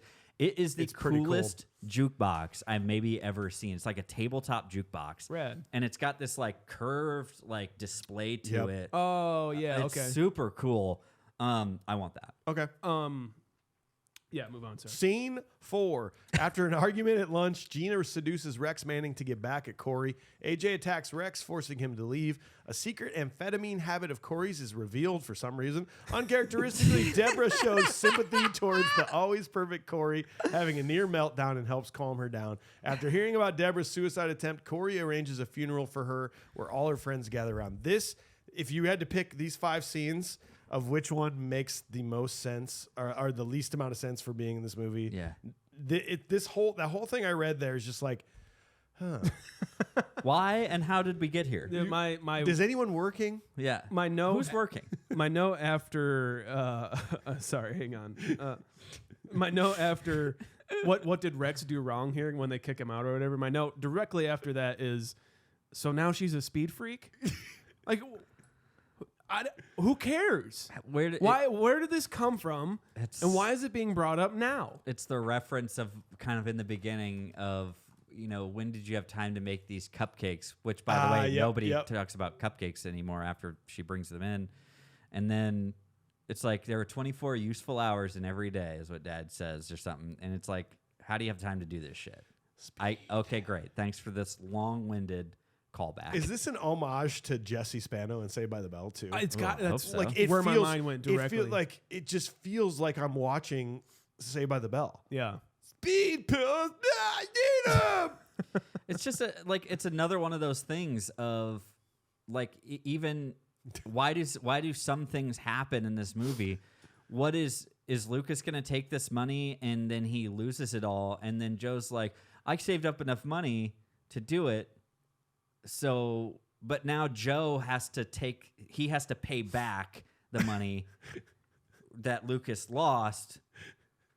It's like, was the money for paying off the story? I don't know. Dude, and they even like when they're all raising money, they're giving it to Lucas. Yeah. To turn around and go, here you go, Joe. Yeah. Like, just give it to Joe. Give it to Joe. Give it to what Joe. are we doing? Can we talk about Joe? Sorry if we're not done. Oh, well, I guess I don't know. That's just one of those like long-winded things of like, it takes so long for you to give me some sort of payoff on a reference in this movie. Yeah, true. And that's kind of what's frustrating to me upon current rewatch or critical rewatches. Yeah, we've totally forgot about anything they set up minusculely even. Yeah. If we were paying really close attention to a detail. I do like Anthony LaPaglia's performance. I think he's like the second best. And he does look like Scott Stapp, by the way. He does. Does anyone feel that? Yeah. He's got the necklace right. and the That's hair. Anthony LaPaglia right there. Look at it. See? Joe, what's wrong with you? You're sweating like a pig. Oh, it's nice to see you too, Mitchell. It looks like he's actually playing the I think drums. he is. Sure. I like that about him. Big stuff. Yeah. I just like his performance a lot in this. I think he's great. I really do too. I humanize him a bit too. Like, I think he was meant to be this kind of like, ooh, the manager's always yelling at us, but my God, the shit he puts up with. Yeah. That no one works. No one does anything in the store. They have time to do a fake funeral in the back while the store is full. The store is if they're generating $9,000 while no one works. Yeah. Fuck Music Town. We can just make people work and actually do things. Yeah. And we'll probably clear $15,000 a day. Yeah, there's several scenes where they're all in the back. Is he even a good manager? You can see in the background there are a shit ton of people looking for stuff. He's got to be. I bet he's a good like. He must be good at like managing the books or the day-to-day things. Yeah. But in the end, it's like he doesn't really tell anyone what to do. Yeah. Often, it's like even to the point of. Sometimes that's a management style. Is to be like, well, I'm not a micromanager. I'll let you do it. Yeah. But even during this thing, it's AJ who steps up and says, I'll go save Mark. Yeah. Joe doesn't tell anyone Joe to doesn't go on the floor. Yeah. That's why I'm the manager. Yeah. Well, and some people want to be managed. Let me just say that too. Like They some do. people want to be told what to do. I hate this trope though of it happens so many times where a song turns on in the music store and everyone dances. This has never happened in the history of the world. Has any song come on in a music store and people have danced around and enjoyed themselves? Yeah. Especially mosh pitting. Right. And like, Dude. and someone turns. But here's the thing for me: if Music Town is going to come into this town, if I'm just a person that lives in this town, I like to go to the music store. Yeah. If Music Town is going to not allow dancing in their store, I'm all for it. I will pay more money to have this corporate place come take over, to put employees in place that actually work, and that where I don't have to listen to weird music and have people mosh around me when I'm trying to browse music. Yeah. That is not my music store. Okay. Whatever they're preventing. Say this is like an album or a tape 'Kay. or something, and I'm trying to buy it, and you guys are just fucking dancing and So doing where your, this is Empire Records? yes, doing and your you're trying to buy it? Yeah, doing yeah. your fucking weird thing. Seems I never get enough of you. Anyway, so I'm gonna fuck for the first time tonight. No guys- shit. Yeah, Rex Who's it gonna Manning. be? Is he? Oh, this is Rex Manning Yeah, Day. dude, he's gonna Dude, pop my cherry. Fuck yeah, dude. once I'm gonna Uh, eat blue, Oh, hell blue yeah. cheese But resting one- off his Fuck. dick. Listen to this for a while. Dude, I really did you like see this the album. AJ's new art? Okay, In the pause. back? Okay, pause. Now Music Town is now taken over. Yeah, yeah. And now we are the new employees that were brought in. Try it again. Hi. Hey, sir, how are you? I am great. I would like to purchase this album. Oh, this is a great album. This Yeah? is one of our Oh, favorite. Have you nice. seen Which this one? one's he getting? Yep. Oh, dude. One of my You're favorite gonna albums love ever. this. I've been really excited Hey, to listen to it. Here's a free sticker. And some Oh, some right on. advice, by the way. Yeah. Not only is that a great deal, like it's at a great price right now. Don't skip any tracks. Don't try to skip ahead. Just listen to it all the way through. I think you're really going to enjoy Okay. that, man. Hey, man, have a good day. Yeah. You know, just enjoy yourself out there. Right Be on. careful. I'm gonna go home and listen to it right now. Thank you guys. Cool, man. for helping. course, See you next man. time, buddy. All right. Yeah. I'm gonna come back actually. Wow, that's great. Am I Repeat off customers, Base? Am I wow. off base here? Am I off base in any of this? It's so true. It's like, do these people even care about music that work in this store? Because they really just seem to be turning it off all the time. Dude, AJ's burning CDs He's with a burning, lighter. he's burning Sacrilegious. inventory. He's damaging inventory. This is ridiculous. Do you know what? Scene 4 is over. We're moving on to scene 5. Nobody cares about any of this. Did we talk about gore yet? You can if you want to. Gore's great. I like the gore scene. I like the Dave Brockie. I guess they really filmed it on stage too. I guess that was really? a real concert. Well, I imagine Ethan Embry being a fan of gore, and that makes me really happy because I like Ethan Embry. God, I know we want to move on from this, but was there any indication in the extended cut of why AJ does attack Rex? Was there anything additional to that? No. There was not. No, another thing that I did want to bring up, the thing that I never understood in the first watch was like, who Jane was, what was, Oh, And why thank is you. she This still was my there? other why question. is Sorry. she there, and why does Joe care? Right. So in the extended scenes, Jane comes into Joe's office after they make fun of her for working for Rex Manning. Yeah. And they have like a conversation about where they're not really at where they wanted to be in their lives, and they're both kind of like, man, I thought I'd be doing more than this in my life. And they have Great. this, they make this connection where Yes. they're kind of like, you know, maybe we should do something sometime. And then she quits and leaves. That's why he's like, no, You got to stay. because he looked like he liked her. Well- and then she comes back to be like, you're right, I do like I you. like that a lot. Yes. That's so much because there's zero context. There's zero of the context. fact of why. And why is she gonna quit? Is she Like- from the town? Where's she from? Yeah. Why is Why he is she quitting? concerned? Why is he concerned that she is quitting? Especially if especially it's like, well, you can't quit. He's talking to her like an employee. Well, you can't quit. You got to stay. Come on, like it's like can't be that bad. It's like nah. It's like I get it. It's not them. It's this. It's like oh come on. Like what's going on? And it's like why do you even freaking care? You're gonna leave We your don't know job why you care. as this has-been publicist person to just hang out. Yep. Do you even know where you're at? Nope. Yeah. Like what the hell? It just doesn't make any sense. and it still doesn't make sense, but at least like some of it makes a little more sense. Well, yeah, right. yeah, I agree. when you have more of those conversations. Yeah, Totally. that they've developed a feeling for Yes. each other. At least one. Yep. At least one feeling One for each feeling other. at least. Rather than just like, you should stay. Want to go out on a date? I feel like I should Sounds do that. good. Cool. All right, final scene, scene 5. During the mock funeral, Warren returns with a gun and holds up the store. Under it all, he just wanted a job at the store and tired. An impulsive late-night benefit party concert to save the empire happens. After his resignation, Mitchell offers to sell it to Joe, and he accepts. AJ and Cory kiss, and everyone dances on the roof. So I just to kind of clear up the fake funeral thing for me. I like I said, I think that like the fake funeral could be like therapeutic for her. You know, it could like kind of help her out, but also therapy can. Right. But notice that's how what at it the is. fake funeral they didn't even talk about her. They just talked about their own problems. Exactly. themselves. Yes, and so like it's even the act of a fake funeral seems selfish to me. Where it's like Yes. and maybe a cry for help.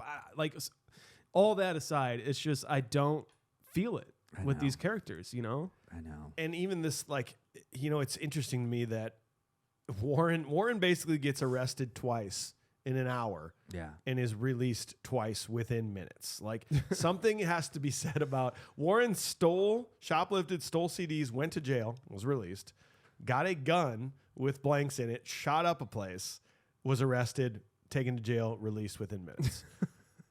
Something's going on in this town.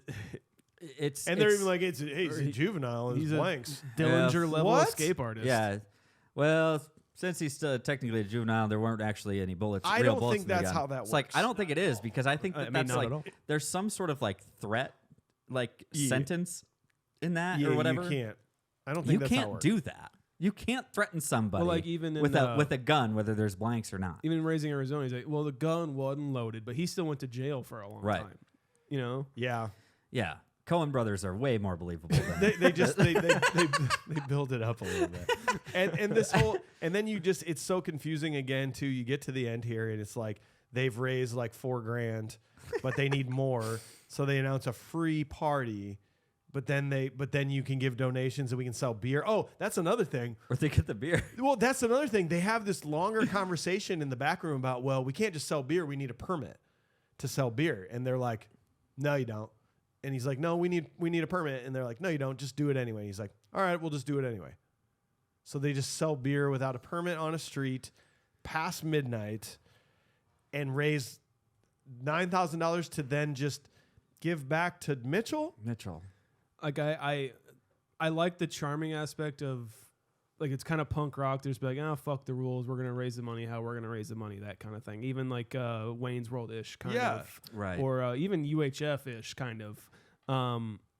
I like that aspect of it, but it doesn't earn it. It doesn't earn it for me. Like it does. Like Everything just resolves. everyone made horrible decisions, and they're the reason they're here. We still don't like anybody. Yeah. Liv Tyler Corey is fucked up on pills right now, right? Yeah, I mean she's still I hot. assume all the time. And on the 'Cause roof, she just took one. when she's being nonsensical on the roof, and then they go, "We love each other," and she goes, "Ah!" and she like falls backwards. It's like I think she's gonna wake up tomorrow morning and be like, Yep. "Bro, sorry, I actually didn't know what I was talking no, about." not at all. I was totally talking out of my ass last night. It's like You're moving to Boston? Oh my god, I don't even know you. I barely know you, according to this movie. According to this movie, I don't- and it does some weird shit too. Like it does this again with the soundtrack. Do you notice at the end it does like a 3-song outro? Yes. Yeah. It's Just pick a song. It's okay. They start with arguably the best song of this movie. That's already been Gin played once Blossoms, before. Till I Hear It From You. It's already that has been already once been before, played. yeah. And then they crossfade out terribly to a song that nobody fucking No cares one about. cares. AJ, then- look at this. Till I hear from you for a second time into a song no one cares about. Yes, That's what my notes it's said. so true. It's just And like, then they're why like, do we- oh, that was a mistake, but we can't go back and fix it. So let's add that free song in for the 5th time. What's that? What's that other song that I don't think anyone else really Well, it cares sounds about? like the Cranberries, but we already have a But Cranberries it's- song on yeah. here, so it's not the Cranberries. Let's give them a Spotify bad recommendation. Nah. That's basically the equivalent because this person says they like cranberries. AJ, I love that idea. Let's Yeah. also have them dance on the roof. Okay. Yeah, that's in the movie. And then, by the Yeah, way, why the fuck I don't know not? if you know this, Mike, but after this 3-song medley, it goes back to Gin Blossoms During the end credits. during the end credits. It's like, why didn't you just play the song through the end credits? The song, by the way, that you probably paid a lot of money for from a famous band to only release on your soundtrack. So To sole rights to be on your soundtrack. Play it in the movie. They gave the music buyer it's like they were just like, yeah, you got to go grab some great awesome songs for us. Like, here is literally half of our $10 million budget. Go find some of the best music. I'm talking of timeless. the Like era. you can picture you and your grandkids Yeah. are gonna be listening to the song in 40 years. Well, Yep, it's like they yep. didn't care about it too. It was like the music producer was like was told to go do that and grab some songs of the generation, you know. Yeah. And then that guy was like, well, I don't know. That guy didn't really know. I don't know. I'll ask my son. And then he asked his son, he's like, what's the generation listening to right now? And then the son is like, I don't Cracker. know. He's it like- just keeps going down the line of people who don't give a fuck. He asked his son, and he was like, "Oh, Gin Blossoms, I love Gin Blossoms." And they're like, "Gin Blossoms, awesome." He's like, "All right, well, I'll start there." And goes to Gin Blossoms, and he spends $4 million on "Till I Hear It From You." And he's Worth like, it? "Oh shoot, I got to fill the rest of this entire movie Toe the Wet Sprocket? with Okay. $1 million." And that's not a lot of music budget apparently, because I spent $4 million on the Gin Blossoms, and I spent 20 grand. 10 on grand this. was a flight to Ireland to talk to Cranberries. Shit. Because we don't have the internet. I mean, hey, at least Renee can sing. She can dude. fucking pelt. I actually Can really she? like this song at the end of the movie. I do enjoy it. I think it's a fun song, and I do like Wait, this version of it. do you only like it because it's in this movie? Probably. Yeah, that's If you had just heard, if somebody's like, here's a hit new single from Brexton, like you would not like it because he's not good. Brexton Narfel. He's not great good. singer. Oh, yeah. Notice how Great they take the time to singer-songwriter. show you that they're putting a drum set up onto Yeah. the roof, but then you never see a drummer. Did anybody notice that? There's never Wait, a you drummer. don't? You don't see a drummer? I He's don't so think he's there's so ever a far drummer. back from the Yeah. from the angle of the building, like he's not even. You can't even. No be one in the seen. streets can see anyone on the roof. Like I'm just like, you know what? I wanted this to be, and I think it's super fun. I'm surprised nobody wanted that Alice in Chains poster. Somebody already Yeah. bought it, dude. Oh, that's right. Oh, yeah. Somebody already bought that. Yeah. They found it. Yeah, they somebody- got it. somebody bought it. All right, fine.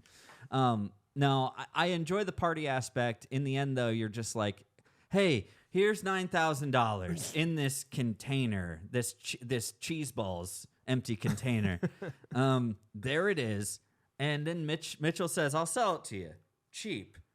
And it's Which like, also makes no sense. Mitchell's because he just got the money back that was stolen from him, and he's like, "I'll accept this as payment," or is he saying Mitchell's sitting on a gold mine. Yeah. He now, listen to this. Joe just did him a favor by making everyone in town love Empire Records even more. Yeah. Mitchell's sitting on a company that makes $9,000 a day. That if he actually got a good manager in there that got good employees that worked hard, we're making 15 grand a day. Yeah. Why does all of a sudden he go, oh, I think I just should sell this and not buy Music Town. I hate this place. I don't want a franchise that's going to make even more money. Yeah. That makes no sense. Yeah. None of this makes no sense. Oh, you're 100% right.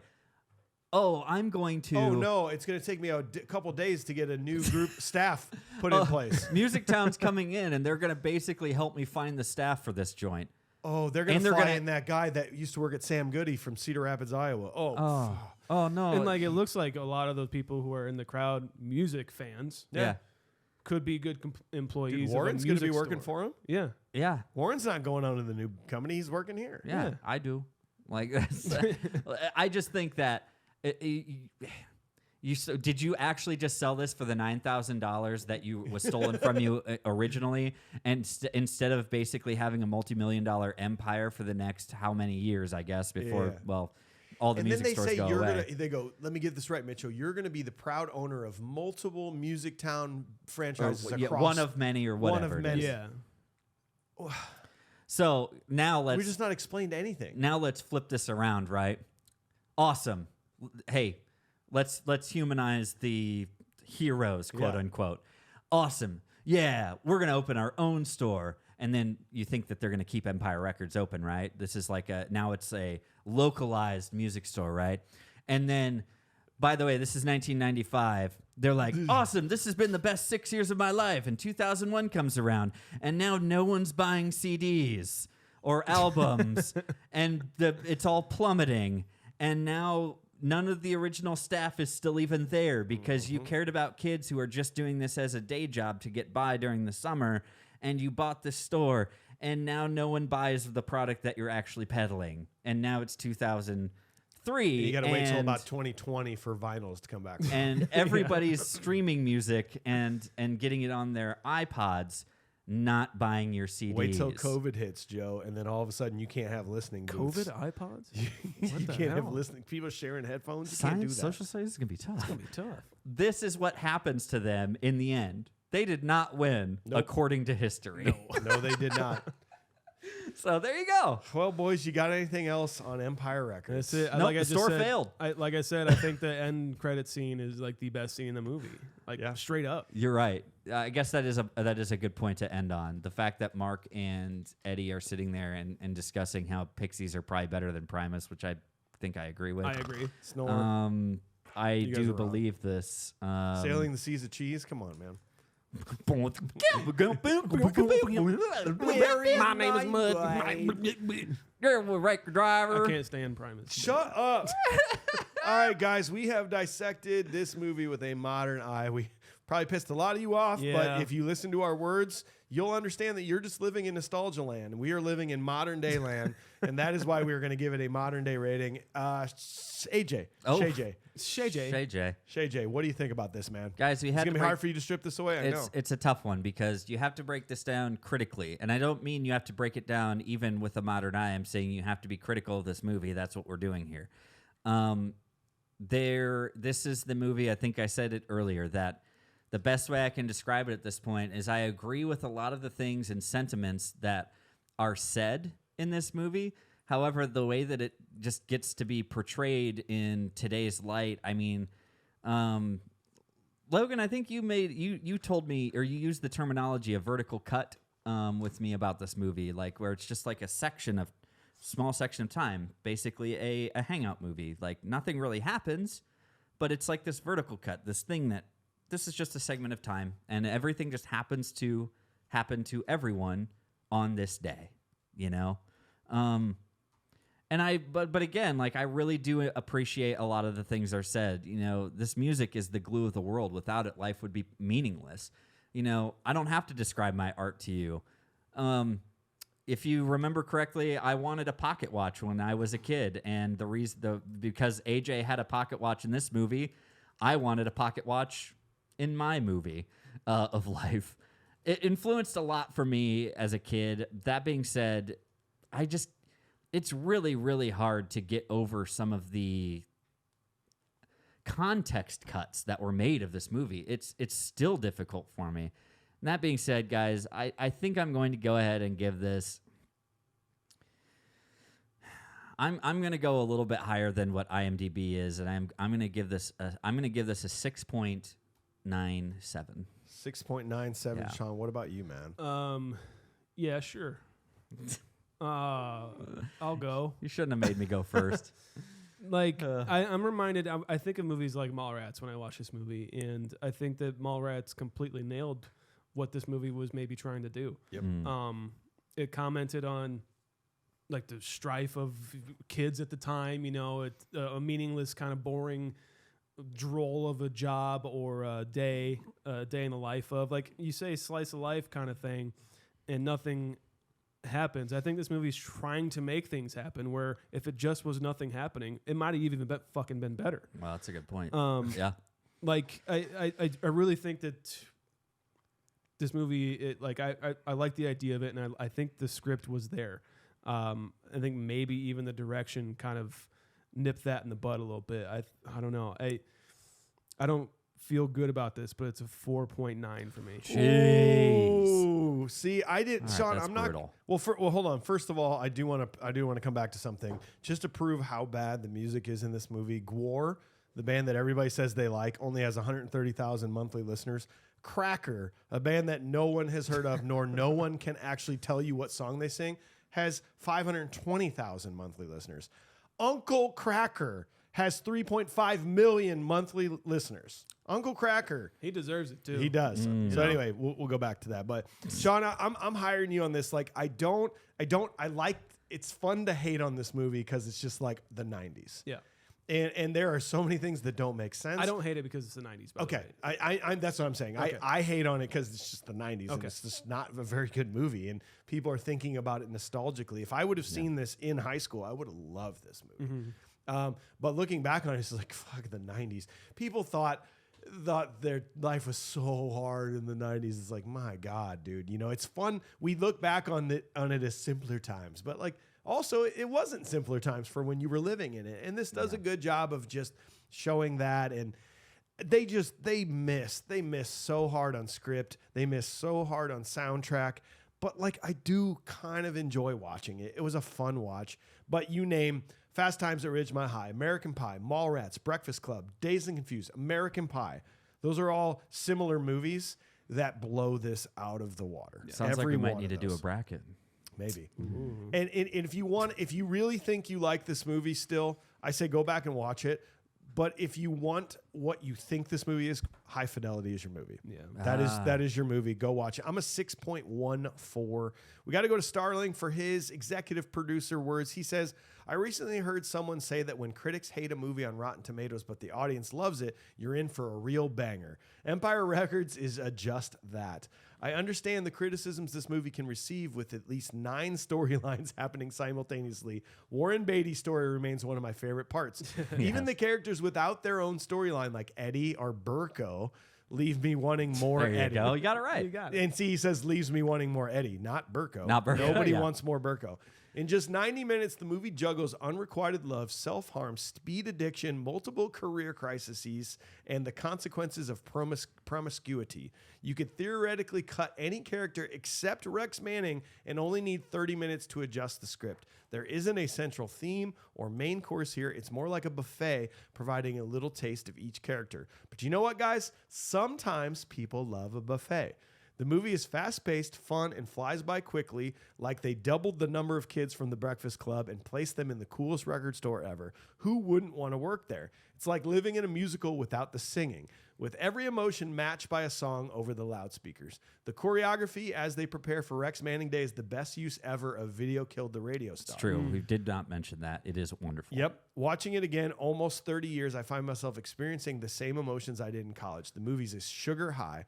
Liv Tyler, who is one of the most beautiful actresses of any era, played Corey, who is driven by daddy's needs for perfection, is stunning in this movie. Corey and Gina seem like a legitimate high school hot besties cruising around in the coolest convertible in Delaware. Also true. Things happen quickly, and it feels like everyone consumed 4 of Corey's cupcakes each, eating nothing but icing. We get energy and fun from everyone, even Mopey Deb and her buttons. The music is loud, we are dancing, and everyone from employees to Patreons is having a good time.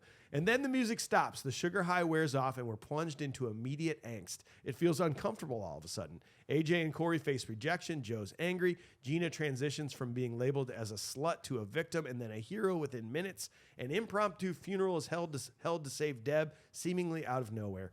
Too much is happening to handle such a hard left turn into a lull. At this point, I realized this one movie could have been an entire season of 90210. Speaking of which, is it just me or does it seem unbelievable that this movie is from 1995? If you handed everyone a smartphone, it would look current to me. 10 Things I Hate About You came out 4 years later and feels like a 90s movie. This does not. After the funeral, everything gets resolved in one party. In any other movie, that party would have been the heart of the story, but not here. We just needed to quickly raise $9K to close out Lucas and Joe's story. Lucas, now seemingly a Yoda without any explanation, has helped Joe realize that managing a record store wasn't making him fulfilled, but owning one will. Luckily, he gets a good deal from that understanding, but ruthless Mitchell, whose biggest crime was not knowing how to run a cash register and being too lenient about $9,000 missing from the nightly deposit. Yeah. This movie ends with everyone as friends, happy with bright futures on the horizon. Speaking of horizons, having lived in North Carolina where this was shot, and Delaware where it was supposed to take place, that's not Delaware at the end of the movie, and we pretty much only had Tower Records. If Ethan Embry's Mark doesn't get the most huggable title, something is wrong with this world. Oh, wow. Sorry, you Starling. boys are in trouble. Well, huggable meaning he needs some love. Oh, okay. Jesus, we need to hug him. Be like, bro, it's okay. Hey. Hug him and make sure he doesn't move. Yeah, he needs a hug from a straitjacket. Yeah.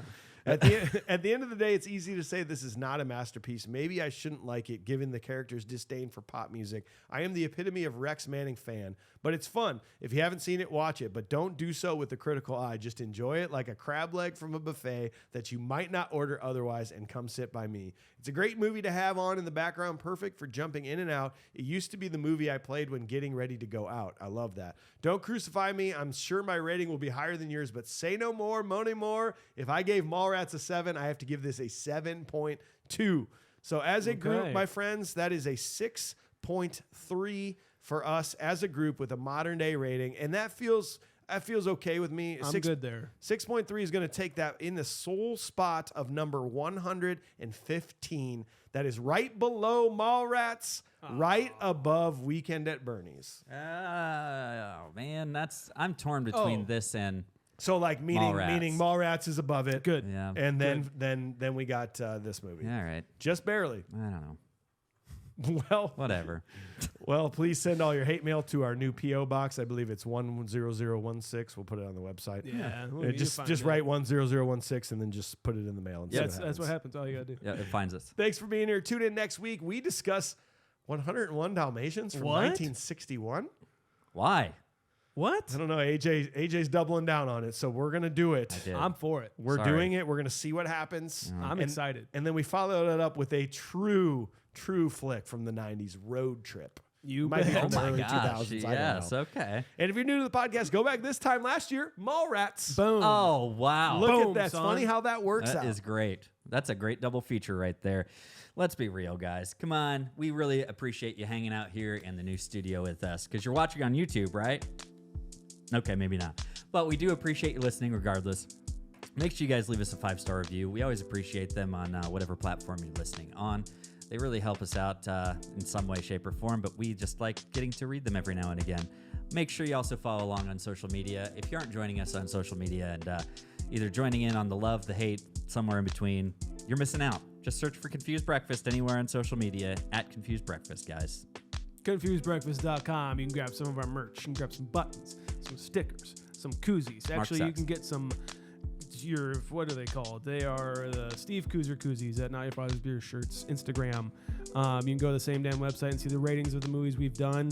See AJ's ratings, see Mike's ratings, and see my ratings. See these shows' ratings overall. And shout out to Ninjas Are Butterflies podcast for sending us some Heck yeah. cool swag. Check their show out. It's really fun. Dopest Love you swag guys. ever. Support us in 2 different ways. You can directly support our sponsors, Microdose, DraftKings. That is how you help us out and get cool things in return. You could also go to patreon.com/confusedbreakfast. Join new tier at $25 now, where you get to actually submit some information directly to us and possibly be a part of the show in the future. Learn more there. We are produced by Upload Media Group in Cedar Rapids. New studio digs. We got Logan on the controls. Learn more at uploadmediagroup.com. Also, we are part of the Cloud10.fm iHeart Podcast Network. Learn more at cloud10.fm. Goodbye. Damn the man. Save the empire. Save the empire. Or, Farts. leave it. Or just, we all need it.